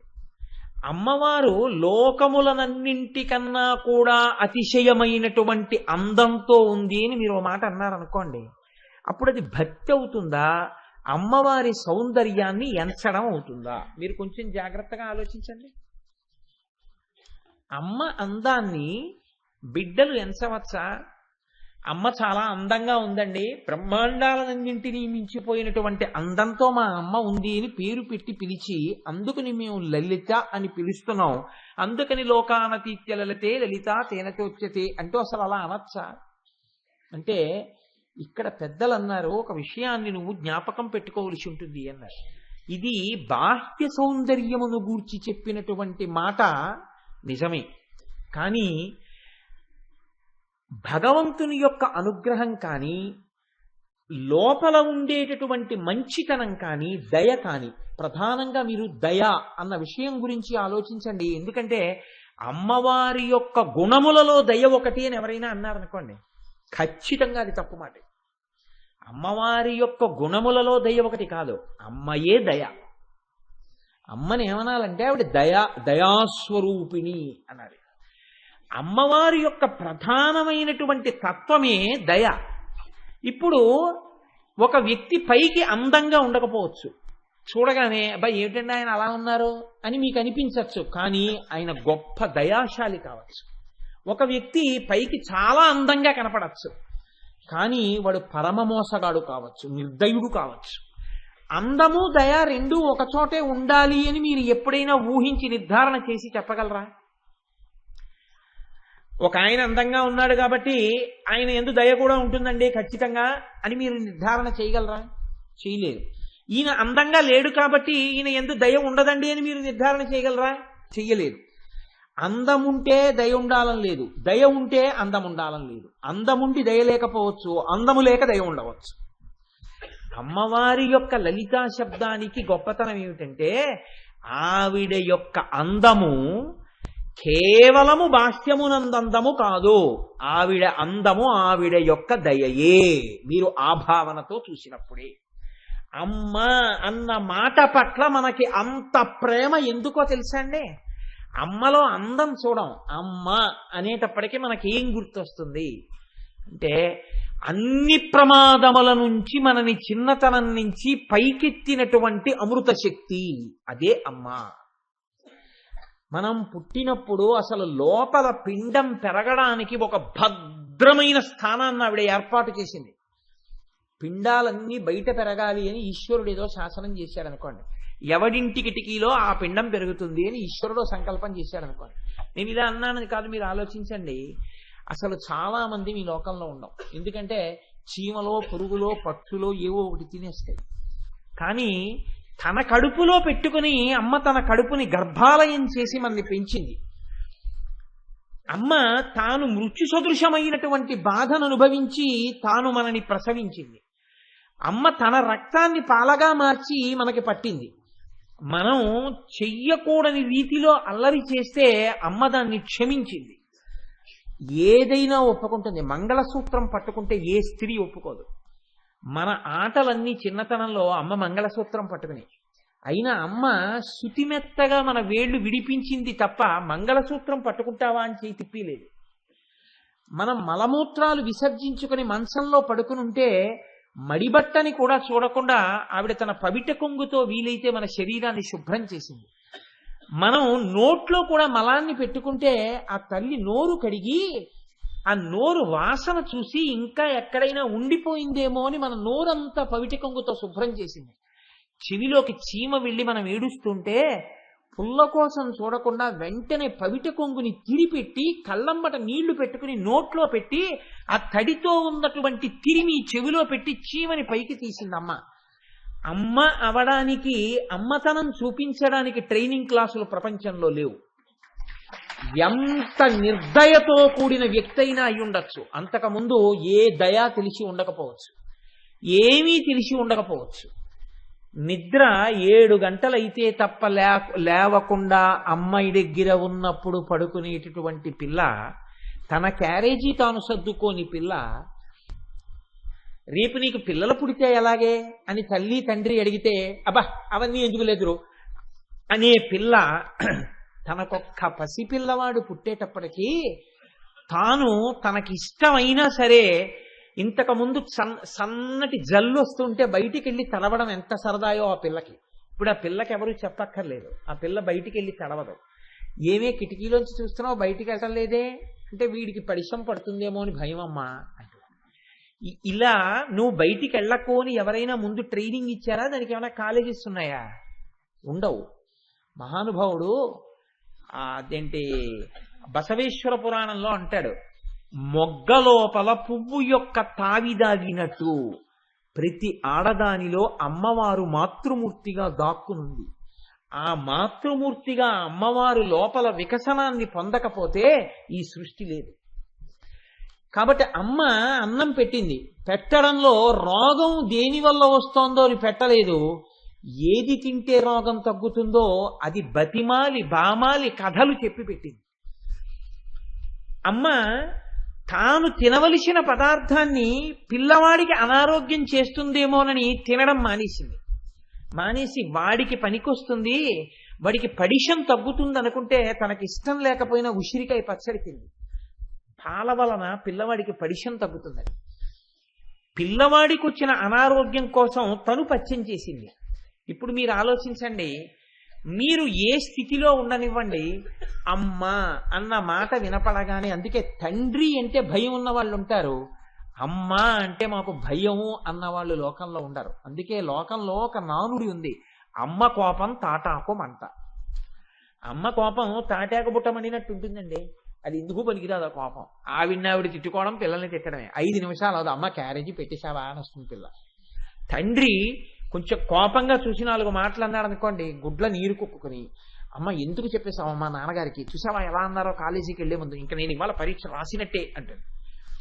తండ్రి అన్న మాటకి బిడ్డ బాధపడుతుంది, తల్లి అన్న మాట లెక్క పెట్టడు. ఎందుకంటే అమ్మ యొక్క ప్రేమ అటువంటిది. అసలు ఆ ప్రేమ పిల్లలు ఎంత కటువుగా ప్రవర్తించనివ్వండి, అమ్మ అంత ఆశీర్వచనం చేస్తూనే ఉంటుంది. గొడ్డలి పట్టుకొచ్చి చందనపు చెట్టుని నరుకుతుంటే చందనపు చెట్టు సువాసనని ఇస్తూనే ఉంటుంది. ఉడికిపోతున్న అన్నం తినడానికి తేలికైనటువంటి రీతిలో మెత్త పడిపోతూనే ఉంటుంది. చెరుకు కర్రని పట్టుకుని కత్తితో నరికినా, పంటి మధ్య పెట్టి నలిపినా తీయదనాన్ని స్రవిస్తుంది. అమ్మ అన్న వ్యక్తిని మీరెంత బాధ పెట్టినా ఆశీర్వచనం చేయడమే అమ్మకొస్తుంది. కాబట్టి అమ్మతనం కన్నా భద్రత ఎక్కడుంది? కాబట్టి అమ్మ అన్న మాట ఎక్కడుందో అక్కడ శోభ ఉంది, శోభ ఎక్కడ ఉందో అక్కడ శుభం ఉంది. శోభ శుభం. అమ్మ అన్న మాట ఎక్కడ ఉందో అక్కడ భగం ఉంది, భగము అంటే అద్భుతం. ఈ భగములోంచి భాగ్యం ఉంది, ఈ భాగ్యములోంచి సౌభాగ్యం ఉంది కదండి. ఆ భగము భాగ్యమైంది. అమ్మాయి లేకపోతే భాగ్యం ఏదండి? తండ్రిని మించిన గురువు లేడు, తల్లిని మించిన దైవం లేదు. ప్రపంచంలో దరిద్రుడన్నవాడు ఎవడైనా ఉంటే తల్లి లేనివాడు ఒక్కడే దరిద్రుడు. ఎన్ని ఉన్నా తల్లి లేనివాడు దరిద్రుడే. ఏవీ లేకపోయినా తల్లి ఉన్నవాడు భాగ్యవంతుడే. ఎంతమంది ఉన్నా ఎన్ని పుస్తకాలున్నా తండ్రి లేనివాడు గురువుని పొందడంలో కొంచెం ఈశ్వరానుగ్రహం పోగొట్టుకున్నవాడే. ఎంత స్వతహాగా పాండిత్యం ఉన్నా తండ్రి యొక్క చేరువు కూడా దొరికి ఉంటే వాణ్ణి మించినటువంటి శిష్యుడిగా అదృష్టాన్ని పొందినవాడు వేరొకడు లోకంలో ఉండేవాడు కాడు. కాబట్టే అమ్మ అంటే అమ్మే. కాబట్టి ఇప్పుడు ఆ అమ్మలోంచే భగం వచ్చింది, అమ్మలోంచి భాగ్యం వచ్చింది, అమ్మలోంచి సౌభాగ్యం వచ్చింది, అమ్మలోంచే అన్నీ వచ్చాయి. ఇక్కడ లోకంలోనైనా అంతే. ఒక ఆడదాని సౌభాగ్యం నిలబడాలంటే అమ్మ వల్లే నిలబడాలి. ఒక ఇంట్లో భాగ్యం రావాలంటే అమ్మ వల్లే రావాలి. ఒక ఇంటికి తోరణం కట్టాలంటే అమ్మ వల్ల రావాలి. ఒకళ్ళకి వచ్చిన వ్యాధి పోవాలంటే అమ్మ వల్ల పోవాలి. ఒక ఇల్లు సంతోషంగా ఉండాలంటే అమ్మ వల్ల ఉండాలి. ఆర్తితో పిలవగానే పలకాలంటే అమ్మ తప్ప వేరొక దైవం లేదు. ఈ మాట నేనంటే నేను ఇంకొక దైవ స్వరూపాన్ని కించపరిచినట్లు ఎంత మాత్రం కాదు. అమ్మ అన్న రూపంతో ఉన్న దైవం తర్వాతే ఏ రూపమైనా. లౌకికమైన అమ్మకే ఇంత ప్రేమ ఉంటే ఇన్ని బ్రహ్మాండములను కన్నా తల్లికి ఎంత ప్రేమ ఉంటుంది? మీరు ఆలోచించండి. నా తల్లి నాకు అన్నం పెట్టింది. నా అమ్మ నాకు పెట్టినటువంటి అన్నం నా జీవితంలో నేను ఎన్నడూ మర్చిపోలేను. ఎందుచేత అంటే అది అంత రుచి. అమ్మ వండింది అంటే అందులో రుచి చూడడం తెలియదు. తను అన్నం తినడానికి ఎన్ని పదార్థములతోనైనా తినడానికి కోట్లు ఉన్న ఒక ఐశ్వర్యవంతుడు తాను తినడమే కాకుండా రోజు ఒక 100 మందికి అన్నదానం చేస్తూ ఆ అన్నదానం చేసేటప్పుడు వచ్చి 100 మందికి అన్నం పెడుతుంటే అక్కడ నిలబడి, అబ్బా ఈశ్వరుడు నాకు ఎంత అనుగ్రహించాడో, ఈ 100 మంది ఆకలి తీర్చగలిగానని, అయ్యా మెల్లగా తినండి, మెల్లగా తినండి, కంగారు పడకండి, కడుపు నిండా తిన్నారా అని అడుగుతున్నాడు అనుకోండి ఒక ఐశ్వర్యవంతుడు. ఈ నిర్భాగ్యులైన 100 మంది దరిద్రులు ఆయన వంక చూసి అంటారు, మహారాజా ఎంత మంచివాడివయ్యా, 100 ఏళ్లు బతకవయ్యా నాయన, నువ్వు తినగలిగినా మాకు పెట్టడమే కాకుండా కడుపు నిండా తినండి బాబు, మెల్లిగా తిన్నారా, మెల్లిగా తిన్నారా, తొందరపడకండి, తొందరగా తినకండి, పదార్థాలు బాగున్నాయా, కావాలంటే ఇంకొంచెం వేసుకోండి అని అంత ప్రేమగా అడిగావా తండ్రి, నువ్వు 100 ఏళ్లు బతకవయ్యా, నీ వంశం వర్ధిల్లాలయ్యా అంటారు. తనకి ఉన్న దాంట్లో 100 మందికి అన్నం పెట్టి కొసిరితేనే ఐశ్వర్యవంతుడికి ఇన్ని ఆశీర్వచనాలు ఇచ్చావే, ఇన్ని బ్రహ్మాండములకు చేతిలో పట్టుకున్న గరిటె దించకుండా పెడుతున్న నా తల్లిని ఊహించోసారి. ఉభౌ దర్వీ కుంభౌ మణిగణక సంభావిత గుణౌ దధానా పాణిభ్యామృతర సంృష్టాన్న కలితౌ కళాఢ్యా కళ్యాణీ కలిత తదనా శ్రీగిరసి శిరసస్యసౌ భ్రామర్యంబా రచయితుమదిష్టార్థ విభవం. లలిత అన్న పేరుతో ఉంటే నేను సహస్రం చదవనండి, లలితా సహస్రం నాకొద్దు, అమ్మవారి నామం చెప్పను అంటే అది సంస్కారం అనుకోవాలా, కుసంస్కారం అనుకోవాలా? అంత అన్నం పెట్టేటటువంటి అమ్మ పేరు చెప్పడానికి నీకెందుకు బాధ వస్తున్నట్టు? అటువంటి స్వరూపాన్ని నువ్వు ఊహించగలిగితే ఆవిడే లలితా స్వరూపము.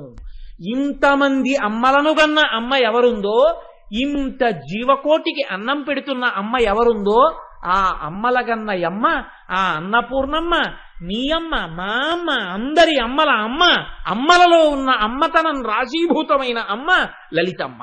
కాబట్టి అటువంటి తల్లిని లోకానతిత్య లలితే లలితా తేన చోక్యతే, దయ కలిగిన అమ్మ.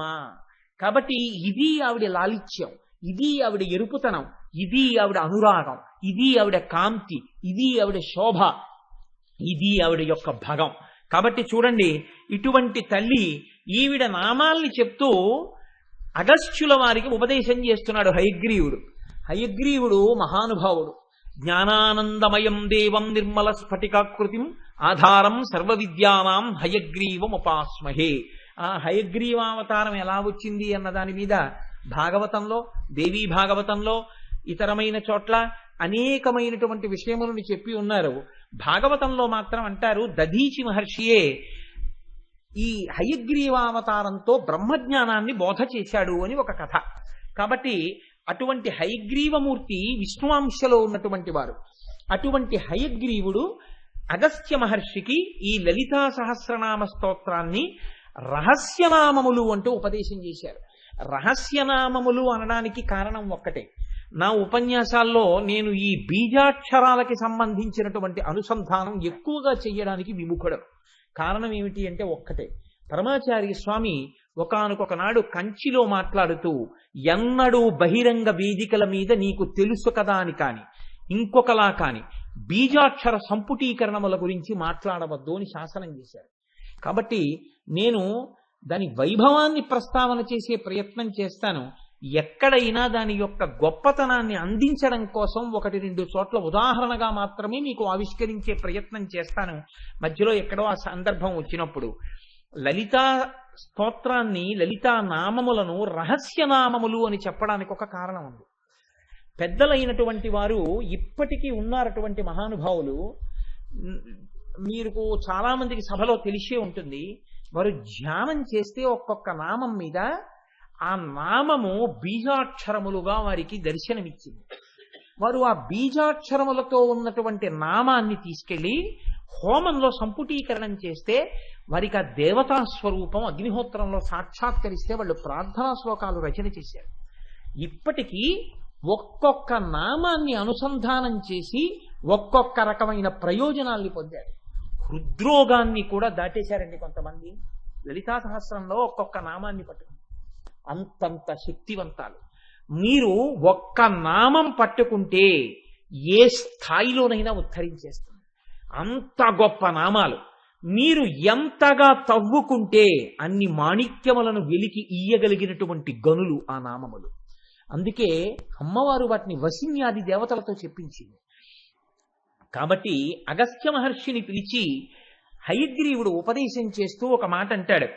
ప్రహృష్టోవచనం ప్రాహ తాపసం కుంభసంభవం. కుంభసంభవం అని పిలిచాడు. కుంభసంభవ అని. కుంభసంభవ అని ఎందుకు పిలిచాడంటే, మనం ఊపిరిని పీలుస్తాం. ఊపిరిని పీల్చడాన్ని పూరకము అంటారు, విడిచిపెట్టడాన్ని రీచకము అంటారు. మనకి పీల్చడం విడవడం తెలుసు, కానీ ఈ వాయువుని లోపల నిలబెట్టడం మనకి చేత కాదు. మహాత్ములైనటువంటి వారు వాయువుని కుంభిస్తారు. ఆ కుంభించడం గురుముఖత తెలుసుకుంటారు, తెలుసుకుని కుంభింపజేస్తారు. వారు అప్పుడు వెంటనే మనసుని తమ అదుపులోకి తెచ్చుకుని అంతర్ముఖులైపోతారు. అగస్త్య మహర్షికి కరతలామలకమైనటువంటి విద్య కుంభసంభవ అంటే వాయువుని కుంభించడమునందు పరమనిష్ణాతుడైనటువంటి వాడా, కాబట్టి అంతర్ముఖుడు కాగలిగినటువంటి వాడా, అమ్మవారి దర్శనం పొందగలిగినటువంటి వాడా, అందుకని నీకు నేను ఉపదేశం చేస్తున్నాను లలితా సహస్రనామ స్తోత్రాన్ని. ఇది రహస్యనామ స్తోత్రం కాబట్టి నీకు ఇటువంటి నామములను చెప్తున్నాను. ఇత పూర్వం అనేకమైనటువంటి నామములు లోకంలో ఉన్నాయి. గంగా సహస్రనామములు, గాయత్రీ సహస్రనామములు, కామేశ్వరీ సహస్రనామములు, వారాహి సహస్రనామములు, లక్ష్మీ సహస్రనామములు, రాజరాజేశ్వరీ సహస్రనామములు, సరస్వతీ సహస్రనామములు, లలితా సహస్రనామం, శ్యామలా సహస్రనామం, భవానీ సహస్రనామం, ఇవన్నీ ఉన్నాయి. కానీ లలితా సహస్రనామమునకున్నటువంటి ప్రత్యేకతే వేరు. ఎందుకని లలితా సహస్రనామానికి అంత గొప్ప ప్రత్యేకత వచ్చిందో, దేవతలు చిదగ్నిగుండంలోంచి ఆవిర్భవించినటువంటి అమ్మవారిని చూసి సహస్రనామాలు చెప్పలేదు కదా.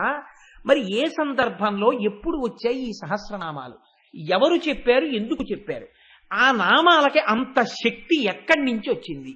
దీని గురించి నీకు నేను మొట్టమొదట ఈ విషయాన్ని చెప్తాను, నువ్వు చాలా జాగ్రత్తగా అవధరించు అంటూ హయగ్రీవుడు అగస్త్య మహర్షితో ఈ విషయాన్ని చెప్తున్నారు. ఒకానొక నాడు లలితాదేవి ఒక పెద్ద సభ తీర్చింది. లలితాదేవి తీర్చినటువంటి సభకు అన్ని బ్రహ్మాండములకు సంబంధించినటువంటి నాయకులు వచ్చారు. అన్ని బ్రహ్మాండములలో ఉన్న బ్రహ్మలు. ఇప్పుడు మన జిల్లాకు ఒక కలెక్టర్ గారండి, chief secretary to government of Andhra Pradesh collectors meeting సమన్ చేశాడు అనుకోండి, అన్ని జిల్లాల కలెక్టర్లు ఆయన దగ్గరికి వెడతారు. మనకి కలెక్టర్ గారు గొప్ప, మన కలెక్టర్లందరికీ చీఫ్ సెక్రటరీ గారు గొప్ప. అలా చీఫ్ సెక్రటరీ గారి దగ్గరికి వెళ్ళి వీళ్ళందరూ నమస్కారం చేస్తారు, కూర్చోండి అంటారు. ఆయన కూర్చుంటారు. చీఫ్ సెక్రటరీ గారు వాళ్ళకి ఇన్స్ట్రక్షన్స్ ఇస్తారు, మీరు ఇలా ఇలా చెయ్యండి, ఇలా ఇలా పని చేయండి అంటారు. తప్పకుండా మేము అలా చేస్తామంటారు. ఆయన చెప్తే ఇది మేము చెయ్యడం ఏమిటని ఉండదు. మీరు వారంలో ఒక రోజు సాంఘిక సంక్షేమ హాస్టల్లో పడుకోండి అన్నారు అనుకోండి, చీఫ్ సెక్రటరీ గారు నేను పడుకున్నానని కంప్లైంట్స్ రిపోర్ట్ పంపించవలసి ఉంటుంది. ఎందుకంటే చీఫ్ సెక్రటరీ గారి పవర్ అటువంటిది. దాని ముందు కలెక్టర్ గారి పవర్ తగ్గుతుంది. కలెక్టర్ గారి దగ్గరికి మనం వెడితే చీఫ్ సెక్రటరీ గారి దగ్గర నించున్నట్టు మా దగ్గర నించోండి మనం అనకూడదు, మనం ఆయన దగ్గర నించోవాలి. అలాగే ఒక్కొక్క బ్రహ్మాండమనందు ఒక బ్రహ్మ, ఒక విష్ణువు, ఒక రుద్రుడు ఉంటారు. కానీ ఇన్ని బ్రహ్మాండములలో ఉన్నటువంటి త్రిమూర్తులు లలితా సభ యందు అమ్మవారి ముందు బిడ్డలు. కాబట్టి ఎంతమంది బ్రహ్మలు వచ్చారు, ఎంతమంది విష్ణువులు వచ్చారు, ఎంతమంది రుద్రులు వచ్చారు అని అడిగారు. ఆ సంఖ్య చెప్పడం వీలు కాదు అన్నారు. వేదంలో ఎంత పెద్ద సంఖ్యలున్నాయో, రామాయణం కిష్కింధకాండలో ఎంత పెద్ద పెద్ద సంఖ్యలున్నాయో అంతమంది వచ్చారట.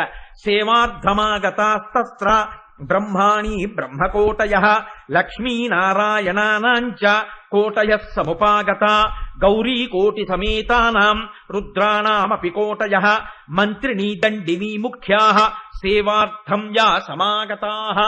అమ్మవారిని సేవించడం కోసమని కొన్ని కోట్ల మంది గౌరీదేవులు, కొన్ని కోట్ల మంది రుద్రులు, కోట్ల మంది బ్రహ్మలు, కోట్ల మంది సరస్వతీదేవులు, కోట్ల మంది విష్ణువులు, కోట్ల మంది లక్ష్ములు, ఇంతమంది వచ్చారు.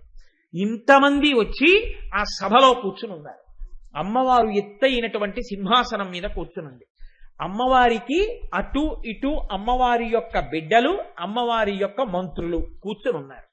ఇప్పుడు ఆ తల్లి ఆ సభలో ఉండగా ఒక మాట చెప్పింది. ఆవిడ ఆజ్ఞ ఇచ్చింది. ఎవరికి ఆజ్ఞ ఇచ్చింది? వసిన్యాది దేవతలు అని పిలుస్తూ ఉంటారు 8 మంది. వీళ్ళని వాగ్దేవతలు అని పిలుస్తారు. ఈ వాగ్దేవతల యొక్క అనుగ్రహం కానీ ఎవరికైనా కలిగిందనుకోండి, భూపసభాంతరాళమున పుష్కళ వాక్యతురత్వము, ఎంత గహనమైన విషయమైనా సరే అవతల వాళ్ళకి అర్థమయ్యే రీతిలో చెప్పగలిగినటువంటి గొప్ప శక్తి వాళ్ళ వాక్కులకు వస్తుంది. వాక్కులకు అటువంటి శక్తి కలగాలి అంటే వాగ్దేవతానుగ్రహం ఉండాలి. వాగ్దేవతానుగ్రహం కలగాలి అంటే అలా అనుగ్రహం ఇయ్యి అని అమ్మవారి యొక్క ఆజ్ఞ వాగ్దేవతలకు ఉండాలి. అందరికీ వాక్కులనిచ్చేటటువంటి దేవతలు ఎవరో వాళ్ళని వాగ్దేవతలు అంటారు. ఆ దేవతల పేర్లు ప్రతిరోజు విన్నా, ఇంట్లో పిల్లలతో ఒకసారి చిన్న పిల్లలతో చెప్పించినా వాళ్ళకి వాగ్దేవతల యొక్క అనుగ్రహం కలుగుతుంది. వాళ్ళు అమ్మవారి చుట్టూ ఉంటారు ఎప్పుడు. ఆ యనమండుగురే అరుణాదేవి, కామేశ్వరీదేవి, కౌళినీదేవి, జయినీదేవి, మోదినీదేవి, నళినీదేవి, విమలాదేవి, సర్వేశ్వరీదేవి. ఈ యనమండుగురులో వసిని అన్న పేరుతో ఉన్న దేవతని అనుసంధానం చేస్తూ వసిన్యాది దేవతలు అని పిలుస్తూ ఉంటారు. ఈ యనమండుగురు వాగ్దేవతలు. వీళ్ళ అనుగ్రహం కలిగిందా, అమ్మవారు ఇలా కనుసౌజ్ఞ చేసిందనుకోండి, వాళ్ళు వెంటనే అమ్మవారి యొక్క కనుసౌజ్ఞని అందుకని గొప్పగా మాట్లాడగలిగినటువంటి శక్తిని అవతల వారికి అనుగ్రహిస్తారు. అందుకే ఆయనకి వాగ్దేవతానుగ్రహం అండి అంటుంటారు. అటువంటి వాగ్దేవతానుగ్రహాన్ని అమ్మవారి అనుగ్రహంగా భక్తులకు ప్రసరింపచేస్తారు ఆ తల్లులు. ఈ యనమండుగురి వంక అమ్మవారు చూసింది. చూసి వాళ్లతో అమ్మవారు ఒక మాట అంది. వాగ్దేవతలు మాట్లాడితేనే అంత గొప్పగా ఉంటే, వాగ్దేవతానుగ్రహం పొందినవాడు మాట్లాడితేనే అంత గొప్పగా ఉంటే, యనమండుగురులో ఒకరు మాట్లాడితేనే అంత గొప్పగా ఉంటే, యనమండుగురు ఎవరి కనుసౌజ్ఞని బట్టి మాట్లాడే అనుగ్రహం ఇస్తారో అటువంటి యనమండుగురు నిండు సభలో తమ వంకే చూసి అమ్మవారు వాళ్ళతో మాట్లాడుతుంటే వాళ్ళు ఎంత ఆనందంతో ఉంటారు మీరు ఆలోచించండి. అమ్మవారు ఈ యనమండుగురితో మాట్లాడుతోంది అంటే ఇప్పుడు అమ్మవారి మాట ఎంత గొప్పగా ఉంటుంది. ఈ మాటతో లలితా సహస్రనామ స్తోత్ర ఆవిర్భావమునకు నేపథ్యం పడుతుంది. అమ్మవారి మాటతో మొదలు. అందుకే అది విన్నంత మాత్రం చేత తల్లి అనుగ్రహం కలుగుతుంది. ఎందుకని? వాగ్దేవతలతో అమ్మవారు మాట్లాడిన మాటలు అందులో ఉన్నాయి కనుక. తల్లంది భవత్యోమత్ ప్రసాదేన ప్రోల్లసద్వాగ్విభూతయ మద్భక్తానాం వాగ్విభూతి ప్రదానీ వినియోజితాః. మీరు నాయందు అపారమైనటువంటి భక్తి ప్రపత్తులు కలిగిన వారు కాబట్టి నేను మిమ్మల్ని అనుగ్రహిస్తూ ఉంటాను. నేను మిమ్మల్ని అనుగ్రహిస్తే నా శక్తి మీలోకి ప్రవేశిస్తుంది. మీరు మాట్లాడతారు. లోకం చూడడానికి ఎలా ఉంటుంది? మీరు మాట్లాడుతున్నట్టుంటుంది. కానీ మీలో ఉండి మాట్లాడుతున్నది నేనే అయి మాట్లాడుతూ ఉంటాను. మీ పట్ల నాకు అటువంటి గొప్ప ప్రీతి ఉంది, అందుకని మీ ద్వారా నేను మాట్లాడుతూ ఉంటాను. ఇవాళ నేను మీతో ఒకటి మాట్లాడించాలని అనుకుంటున్నాను. మీతోనే ఎందుకు మాట్లాడించాలనుకుంటున్నాను? ఇక్కడ మీరు ఒక విషయం గమనించవలసి ఉంటుంది. అందుకే పెద్దలు అమ్మవారి తత్వాన్ని అమ్మవారి అనుగ్రహంగా అనుభవించినటువంటి పెద్దలు ఉంటారు. వారు అందమైన మాట ఒకటి చెప్తారు. వాగ్దేవతలు వసిన్యాది వాగ్దేవతలు లలితా సహస్రనామ స్తోత్రం చెప్తే ఎవరి అనుగ్రహంతో చెప్పారు? అమ్మవారి అనుగ్రహంతో చెప్పారు. కాబట్టి పరోక్షంగా అది ఎవరు చెప్పినట్టు? అమ్మవారే చెప్పినట్టు. వ్యాసుడు లలితా సహస్రనామ స్తోత్రాన్ని బ్రహ్మాండ పురాణంలోకి తీసుకొచ్చిస్తే ఎవరి అనుగ్రహంతో ఇచ్చినట్టు? అమ్మవారి అనుగ్రహంతో ఇచ్చినట్టు. ఇవాళ మీరు నేను అందరం కలిసి ఒక స్తోత్రం చదివితే ఎవరి అనుగ్రహం ప్రసరించిందని గుర్తు? అమ్మవారి అనుగ్రహం ప్రసరించిందని గుర్తు. లేకపోతే కూర్చోరు, చదవలేరు మీరు. అలాగే శంకరాచార్యులు వారు సౌందర్యలహరి రచన చేస్తే ఎవరి అనుగ్రహం ప్రసరించిందని గుర్తు? అమ్మవారిదే. కాబట్టే శంకరాచార్యులు వారు సౌందర్యలహరంతా చేసి చిట్ట చివరో మాట చెప్పారు.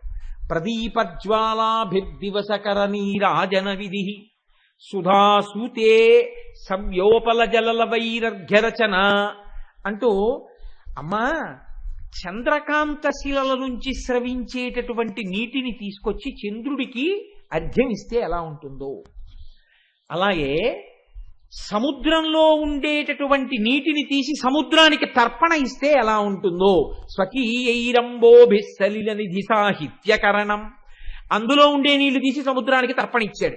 సూర్య భగవానుడికి ఎదురుగుండా ఓ దీపం పెట్టి సూర్యుడికి నీరాజనం ఇచ్చాడు. ఈ మూడు ఎలా ఉంటాయో అలాగే తల్లి నీవు ఇచ్చిన వాక్కులు నాలోకొస్తే నేను చెప్పినటువంటి వాక్కులు నీ గురించి నేను చెప్పానన్నా అలాగే ఉంటుంది. నేను చెప్పడం ఏమిటి? నువ్వు నాలో ఉండి నాతో చెప్పిస్తున్నావు. లేకపోతే నీ చెప్పడం అన్నది ఉంటుందా? అసలు ఉండదు. నువ్వే పలుకుతున్నావు నాలోంచి. కాబట్టి సౌందర్యలహరి నేను పలికానా, నువ్వు పలికావా? నువ్వే పలికావు. వాగ్దేవతానుగ్రహం కలిగింది కాబట్టి పలికాను, లేకపోతే పలకడం ఉంటుందా? ఉండదు. వాగ్దేవతానుగ్రహం కలిగిందంటే ఎందుకు కలిగింది? వాగ్దేవతల పక్క నువ్వు చూసి కనుసైగ చేశావు వాడిలో అనుగ్రహించని. కాబట్టి అనుగ్రహిస్తే పలుకుతోంది ఉపాధి. కాబట్టి నువ్వే నాలోంచి పలుకుతున్నావు అన్నారు శంకరాచార్యుల వారు. ఎందుకు పలికిస్తున్నాను? వసిన్యాది దేవతలతోనే. అమ్మవారు చెప్తోంది వివరణ. ఆవిడంది, మచ్చక్రస్య రహస్యజ్ఞ మమ నామ పరాయణాః మమ స్తోత్ర విధానాయ తస్మాదాజ్ఞాపయామివః. మీరు నాకు సంబంధించినటువంటి శ్రీచక్ర రహస్యాలన్నీ మీకు తెలుసు. నాకు సంబంధించినటువంటి నామముల వెనకాతల ఉన్న రహస్యమంతా మీకు తెలుసు. మీరు నా స్తోత్రమంతా మీరు తెలుసున్నవారు. మీరు నా ఆజ్ఞని అనుసరించి ప్రవర్తించేటటువంటి అపారమైన భక్తి కలిగిన వారు. అంటే ఇప్పుడు అమ్మవారి యొక్క ఉద్దేశ్యం ఏమిటి? ఈ నామములను వీరి చేత పలికించి లోకమునకు అనుగ్రహాన్ని కటాక్షించాలి. ఈ నామములను పలికిన వారికి అనుగ్రహాన్ని ఇవ్వాలి. అందుకని వసిన్యాది దేవతలతో ఈ నామాలు పలికించాలి. శ్రీచక్ర రహస్యాలు తెలియాలి అంటే ఈ నామముల ద్వారా తెలియాలి. తెలుసున్న వసిన్యాది దేవతలతో చెప్పించాలి. చెప్పిస్తే ఈ నామాలలో శ్రీచక్ర రహస్యాలు తెలుస్తాయి. తెలిస్తే శ్రీచక్రార్చన చెయ్యగలుగుతాడు. ఈ నామముల చేత అమ్మవారి స్తోత్ర రహస్యాలు తెలియాలి. అందుకని వసిన్యాది దేవతలతో ఈ స్తోత్రం చెప్పించాలి. శ్రీచక్ర రహస్యం తెలియకపోయినా, స్తోత్ర రహస్యం తెలియకపోయినా, బీజాక్షర రహస్యం తెలియకపోయినా పర్వాలేదు. కనీసం నామం చెప్పడం రావాలి. ఈ నామం చెప్పడం కూడా చేత కాని వాళ్ళుంటే నేనే వీళ్లతో చెప్పించి వాళ్ళకి అందించి వాళ్ళ చేత అదే నామాన్ని తిరిగి చెప్పించి మీరు చెప్పారన్న పుణ్యాన్ని వాళ్ళ ఖాతాలో వేసి వాళ్ళని అనుగ్రహించాలి. ఈ అనుగ్రహం కోసం ఇవాళ నేను మీతో చెప్పిస్తున్నాను. ఇది పరోక్షమైనటువంటి రహస్యం. కాబట్టి ఓ వసిన్యాది దేవతలారా, మీరిప్పుడు ఒక స్తోత్రాన్ని చెప్పండి. ఈ స్తోత్రం ఎటువంటిదై ఉండాలో తెలుసా? కురుధ్వమంకితం స్తోత్రం మమ నామ సహస్రకైః ఏన భక్త్యైః స్తుతాయామే సద్య ప్రీతి పరాభవేత్. ఎవరైతే ఈ స్తోత్రాన్ని చేస్తున్నారో ఈ స్తోత్రం చిట్ట చివర నాకు అంకితమీయబడినటువంటి స్తోత్రంగా ఉండాలి. ఈ స్తోత్రం ఎవరు చేస్తున్నారో వాళ్ళకి వెంటనే నా యందు అపారమైన భక్తినిస్తాను. నేను వారి యందు ప్రీతి పొందుతాను. ప్రీతి పొంది వారికి కావలసినటువంటి సమస్తమైనటువంటి కోరికలను తీరుస్తాను.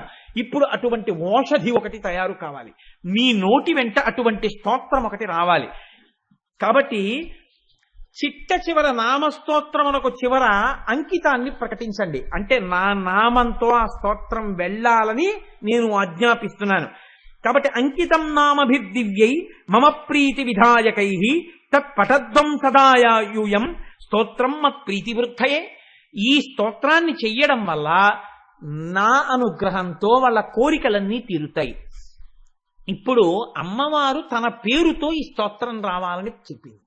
మీరు ఒకటి ఆలోచించండి, ఇందులో అమ్మవారి యొక్క విశిష్టమైన నామంతో చెప్పబడింది స్తోత్రం. నేను ఈ మాట ఎందుకు అంటున్నాను అంటే, అమ్మవారి నామం ఏదున్నా దాంట్లో పక్కన శివుని యొక్క స్పర్శ ఉంటుంది. శివ శివ, హంస హంసి, రుద్ర రుద్రాణి, శంభు శాంభవి అలా ఉంటాయి. ఇప్పుడు ఈ స్తోత్రంలో ఆ పేరుతో పిలవడానికి పక్కనే శివస్పర్శ కల్పించడం కష్టం. అది అమ్మవారికి చెందినవేగా కనపడాలి.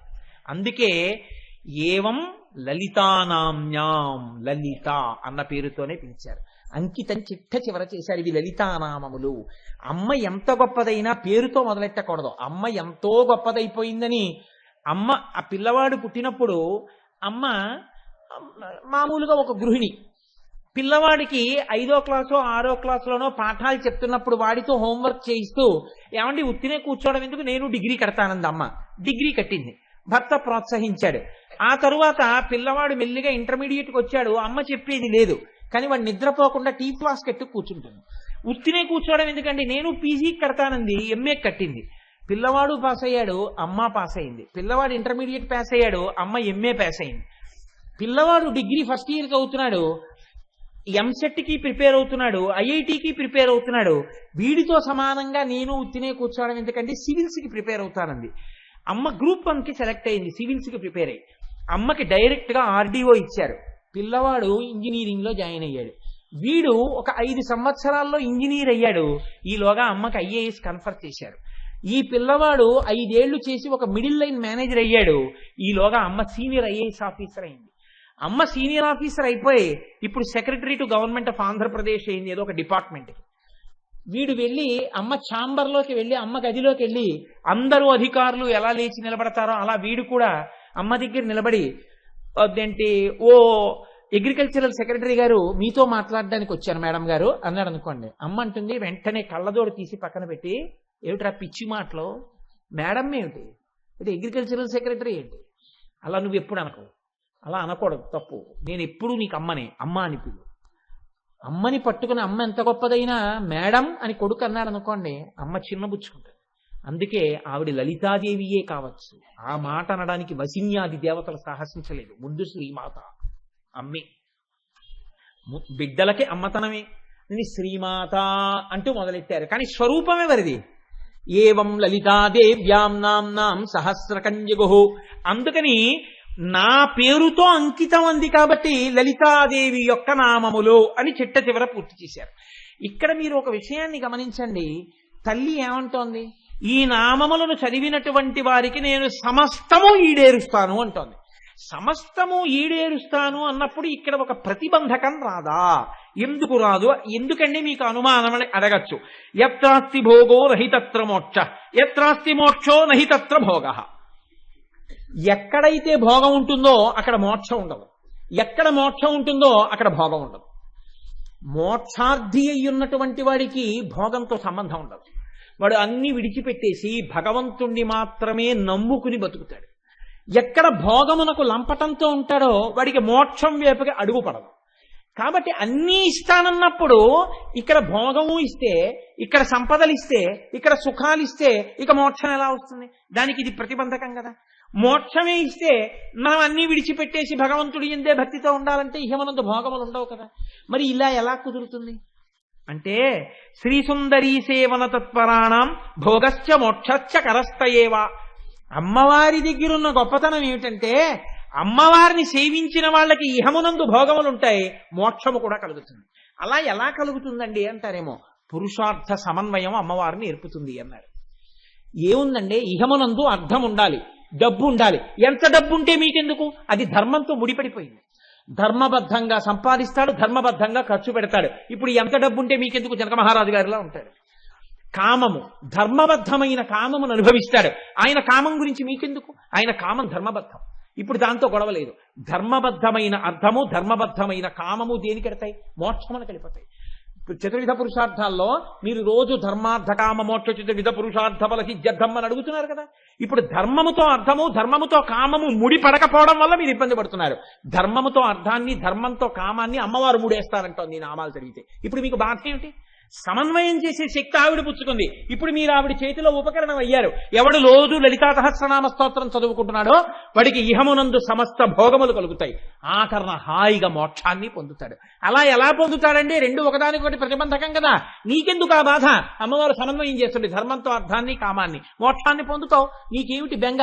అందుకే లలితా సహస్రనామ స్తోత్రమునందు ఒక గమ్మత్తు ఉంటుంది. మీరు ఎప్పుడైనా గమనించారో లేదో, లలితా సహస్రంలో ఇన్ని ఆవిడ ఎలా ఇవ్వగలదండి? పరబ్రహ్మం కాబట్టి ఇవ్వగలదా? నీకేమిటి బెంగ? ఆవిడ పరబ్రహ్మం కాబట్టి ఆవిడ అన్ని ఇవ్వగలదు. పరబ్రహ్మం అని ఎక్కడుంది? వసిన్యాది దేవతలు చేసినటువంటి స్తోత్రంలో ఉంది. చూడండి, పరబ్రహ్మముని గుర్తుపట్టడానికి ఆవిడ పేర్లు కొన్ని నేను మీకు విజ్ఞాపన చేస్తాను. నిష్కారణ, నిరుపాధి, నిరాశ్రయ, నిర్వికార, నిర్వికల్ప, నిర్భవ, తత్పదలక్ష్యార్థ, ప్రజ్ఞానఘన రూపిణి. ఇవన్నీ ఆవిడ పరబ్రహ్మమని నిరూపించేటటువంటి నామాలు. ఎక్కడైతే పరబ్రహ్మం ఉందో అక్కడ దేవతలు, ఋషులు ఉపాసన చేస్తారు.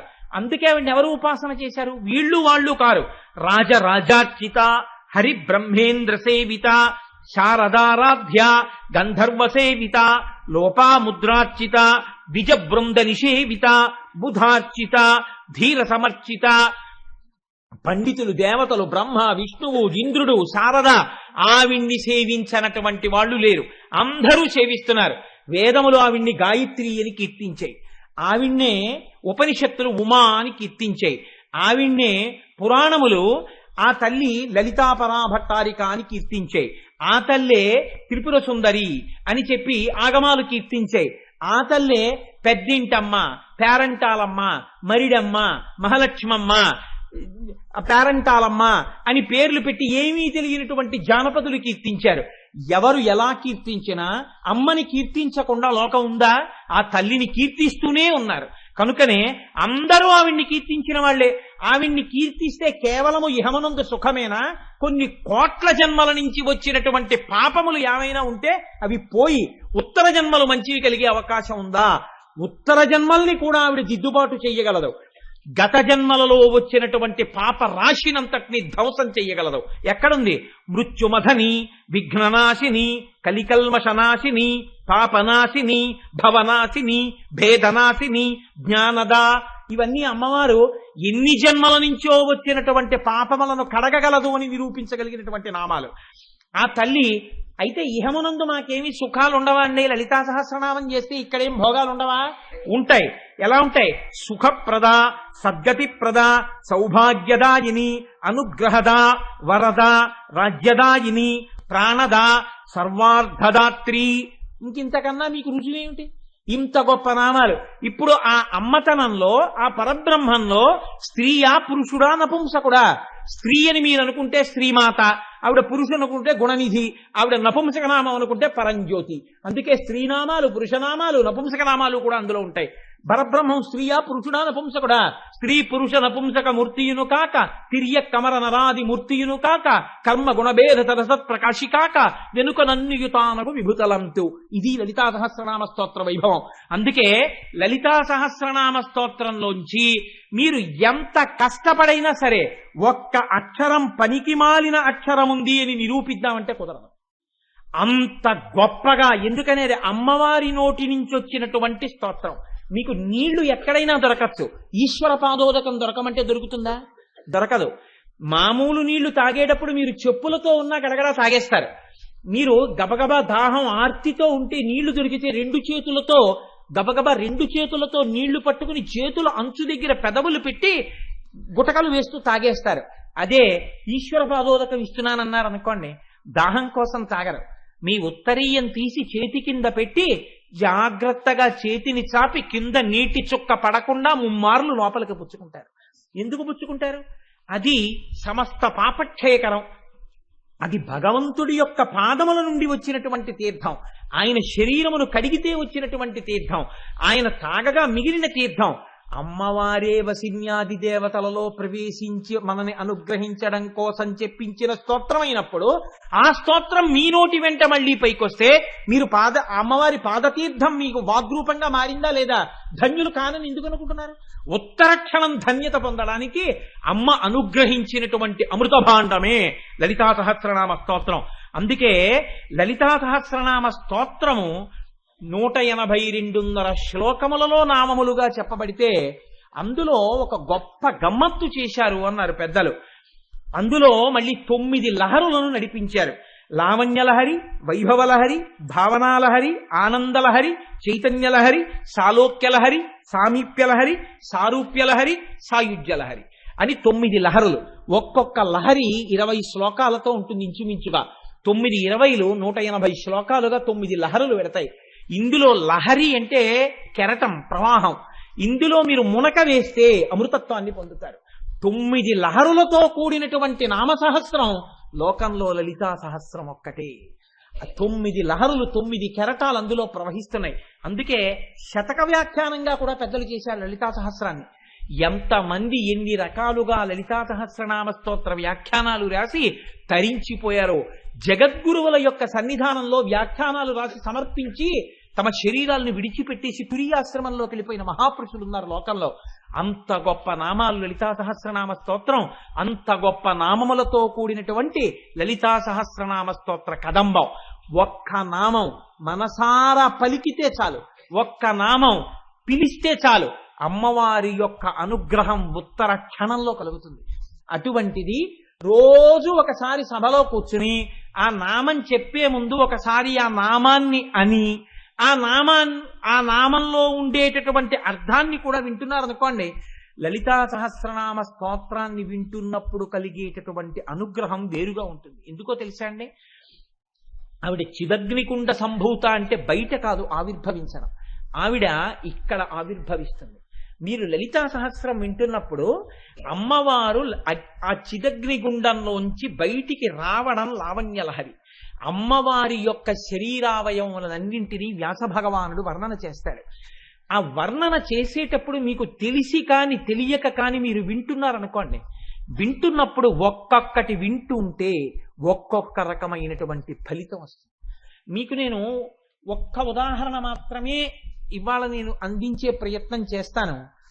అమ్మవారి యొక్క నాసిక గురించి మీరు వింటున్నారనుకోండి, అమ్మవారి ముక్కు గురించి వింటున్నప్పుడు అమ్మవారి ముక్కుకి ఒక ఆభరణం ఉంటుంది, దానికి ముత్యం ఉంటుంది. ఆ ముత్యం లోపలి భాగంలో ఉండి అమ్మవారు ఊపిరి తీసి విడిచిపెడుతున్నప్పుడు ఆ ముత్యం పైకొచ్చి లోపలికెడుతుంది. ఆ నామానికి వ్యాఖ్యానం వింటుండగా ఎవరికైనా హఠాత్తుగా ఒక్కసారి మనస్సులో అమ్మవారి ముక్కులోంచి బయటికొచ్చి లోపలికి వెడుతున్న ముత్యం దర్శనం అయిందనుకోండి, ఆ వంశంలో మళ్ళీ ఇంకొక శంకర భగవత్పాదులు జన్మిస్తారు. అంతటి మహాపురుషుడు, లోకానికంతటికి బోధ చెయ్యగలిగినటువంటి జగద్గురువు దేనివల్ల పుడతాడు అంటే అమ్మవారి యొక్క నాసాభరణం గురించి వింటే. తెలిసో తెలియకో అమ్మవారి చివితాటంకముల గురించి వింటున్నారనుకోండి, అమ్మవారి మంగళసూత్రం గురించి వింటున్నారనుకోండి, అలా విన్న కారణం చేత భర్తకి ప్రమాదం ముంచుకొచ్చేస్తోందనుకోండి, విన్న కారణం చేత భర్త యొక్క ప్రమాదం తొలగిపోయి పసుపు కుంకాలు నిలబడిపోతాయి. కుటుంబంలో ప్రమాదాలు రాకుండా రక్షింపబడతాయి. పైకి కనపడకుండా, ఫలం చెప్పకుండా ఒకే నామం అనేక రకములైనటువంటి ఫలితాలు ఇచ్చేస్తుంటుంది. మీరు బీజాక్షరాలు పలకాలనుకోండి, దానికి కొంత శౌచం, ఉచ్చారణ తెలియాలి. బీజాక్షరాలు పలకకుండా నామం పలుకుతున్నారనుకోండి, మీకు నేను ఎదరెదర అటువంటి రహస్యాలను 1-2 నామాలకు అందించే ప్రయత్నం చేస్తాను. నామములోనే రహస్యంగా బీజాక్షరాలు ఉంటాయి. మీరు తెలిసో తెలియకో నామం చెప్తున్నారనుకోండి, మీకు తెలియకుండానే ఆ బీజాక్షరాలు పలికేస్తారు. ఇప్పుడు ప్రమాదం లేని రీతిలో మీరు పలికినటువంటి ఆ బీజాక్షర సంపుటీకరణము చేత మీకు ఉత్తర క్షణంలో అమ్మవారి అనుగ్రహం ఆ విషయంలో ప్రసరణ జరుగుతుంది. ఇది ఇంత భద్రంగా అందించినటువంటి రహస్య స్తోత్రం, అంత గొప్ప స్తోత్రం లలితా సహస్రం ఒక్కటే. అందుకే పెద్దలు లలితా సహస్రనామ స్తోత్రం చదవని వాళ్ళు, లలిత నామములు చెప్పని వాళ్ళు లోకంలో ఉండరు. అంత గొప్ప నామములతో కూడుకున్నటువంటి స్తోత్రం అది. మీరు నమ్మండి నమ్మకపోండి, నేను ఒక యథార్థమైనటువంటి విషయాన్ని మీకు విజ్ఞాపన చేస్తున్నాను. ఇప్పటికీ నాకు పేర్లు చెప్పడం ఇష్టం లేదు సభలో, ఎందుచేత అంటే దానివల్ల లేనిపోని ఇబ్బందులు కలిగే అవకాశం ఉంటుంది. ఇప్పటికీ ఉన్నారు మహాపురుషులు. మనకి అదృష్టం ఉంటే, మనకి అవకాశం ఉంటే, అటువంటి దర్శనం చేసినటువంటి ఒక మహాపురుషుణ్ణి లలితా సహస్రనామ స్తోత్ర వ్యాఖ్యానం అయ్యే లోపల ఈ వేదిక మీదకి తీసుకొచ్చి కూర్చోపెట్టి ఆనాడు వారు చేసిన పరిశ్రమ గురించి మీ అందరికీ ఆయన నోటితోటే వివరణ చేయించే ప్రయత్నం చేయించారు. వారు ధ్యానం చేస్తే కొన్ని గంటలు నామంలో ఉన్నటువంటి బీజాక్షరాలు ద్యోతకమైతే, అమ్మవారికి హోమం చేస్తే ఆ నామంలో ఆ బీజాక్షరాలతో అమ్మవారు ఎంత రహస్యంగా దాక్కునుందో ఆవిడ ఆ హోమంలో ఒక్కసారి సాక్షాత్కరించి దర్శనమిస్తే ధ్యానశ్లోక రచన చేశారు. ఎంతమంది పెద్దలు అమ్మవారి యొక్క చరణ మంజీరముల ధ్వని ఒక్కటి వినపడి మోక్షస్థితులను పొందారు. అంత గొప్ప స్తోత్రం లలితా రహస్యనామ స్తోత్రం. అటువంటి స్తోత్రానికి, అటువంటి నామాలకి సౌభాగ్య భాస్కరం అన్న పేరుతో ఎన్నో వ్యాఖ్యానాలు వచ్చాయి. కానీ లోకంలో పెద్దలందరూ అంగీకరించి అందరి చేత స్తుతించబడినటువంటి వ్యాఖ్యానములలో చాలా గొప్పదిగా అలరారుతున్నటువంటి వ్యాఖ్యానం భాస్కరరాయల వారి చేత చేయబడినటువంటి సౌభాగ్య భాస్కరం. లలితా సహస్ర నామాన్ని వసిన్యాది దేవతలతో అమ్మవారు చెప్పిస్తే లలితా సహస్రనామ స్తోత్రంలో ఉన్న రహస్యార్థాల్ని భాస్కరరాయల వారి చేత ప్రకాశింపచేసింది అమ్మవారు. అసలు ఆ భాస్కరరాయల వారే అమ్మవారు. ఎందుచేతనంటే ఆయన్ని చూడాలనుకున్న వాళ్ళకి కుంకుమానంద స్వామి వారు ఒకసారి కళ్ళు తుడిచి కూర్చోబెట్టారు గంగానది ఒడ్డున. కూర్చోబెడితే భాస్కరరాయల వారు ఎలా కనపడ్డారో తెలుసా అండి? ఆయన మామూలుగా చూస్తే ఒకలా కనపడ్డారు.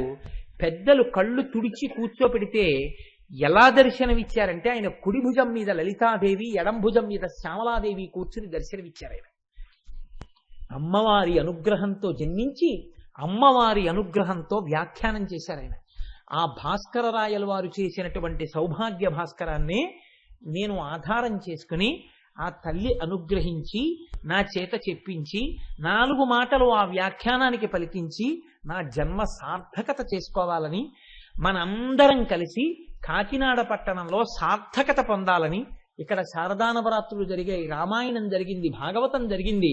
మీరందరూ పరమభక్తితో కూర్చుని ఎన్నో స్తోత్రాలు చేశారు. కనుక ఇక్కడ తప్పకుండా అమ్మవారు చెప్పిస్తుందని నమ్మకంతో ఇవాళ ఈ స్తోత్రాన్ని ప్రారంభం చేశాను. రేపటి రోజున ఒక మహాపురుషుడి యొక్క జీవితం, అసలు బ్రహ్మాండ పురాణంలో లలితా సహస్రనామ స్తోత్ర ఆవిర్భావం ఎందుకు వచ్చిందో మీకు ఇవాళ చెప్పాను. అది నేను కేవలం చాలా సంగ్రహంగా మాత్రమే వివరించాను. అదంతా చాలా పూర్ణంగా వివరణ చేయడం అంటే చాలా రోజులు పట్టేస్తుంది బ్రహ్మాండ పురాణం అని. రేపు భాస్కరరాయల వారి జీవితం, ఆయన యొక్క వైభవం గురించి ముందు ప్రస్తావన చేసి తదనంతరం లలితా సహస్రనామ స్తోత్రానికి ఉన్నటువంటి అందాన్ని, దాని వైభవాన్ని, అమ్మవారు ఎంత మేర మన చేత అనుభవింపచేస్తే అంత మేర అందుకునే ప్రయత్నాన్ని రేపటి రోజున ఒక్క నామాన్నైనా ప్రారంభం చేసే ప్రయత్నం చేస్తాను. ఈనాటి రాత్రి పౌర్ణమి కలిగినటువంటి రాత్రి, అమ్మవారి యొక్క అనుగ్రహం పరిపూర్ణంగా ప్రకాశించేటటువంటి రాత్రి, అందున పుష్యమాసంలో వచ్చినటువంటి పౌర్ణమి నాటి రాత్రి. అందుకని ఈనాడు లలితా సహస్రనామ స్తోత్ర వ్యాఖ్యానం మొదలు పెడదామని యథార్థమునకు నిన్నటి వరకు నేను విశేషమైన ఒత్తిడిగా ఉన్నా, ఇంకొద్ది రోజులు తీసుకుని ప్రారంభం చేయవలసి వచ్చినా, ఇంత గొప్ప రోజు కనుక ఇవాళ ప్రారంభం చేస్తే నా జన్మ ధన్యత పొందుతుంది, విన్నవాళ్ళు ధన్యులవుతారని ఇవాళ ప్రారంభం చేశాను. ఇవాళ సాయంకాలం, ప్రతిరోజు సాయంకాలం 6:30 అమ్మ పొంగిపోయేటట్టుగా అందరం కలిసి చక్కగా మీకు ఇచ్చిన స్తోత్రాలు ప్రతిరోజు తెచ్చుకోండి.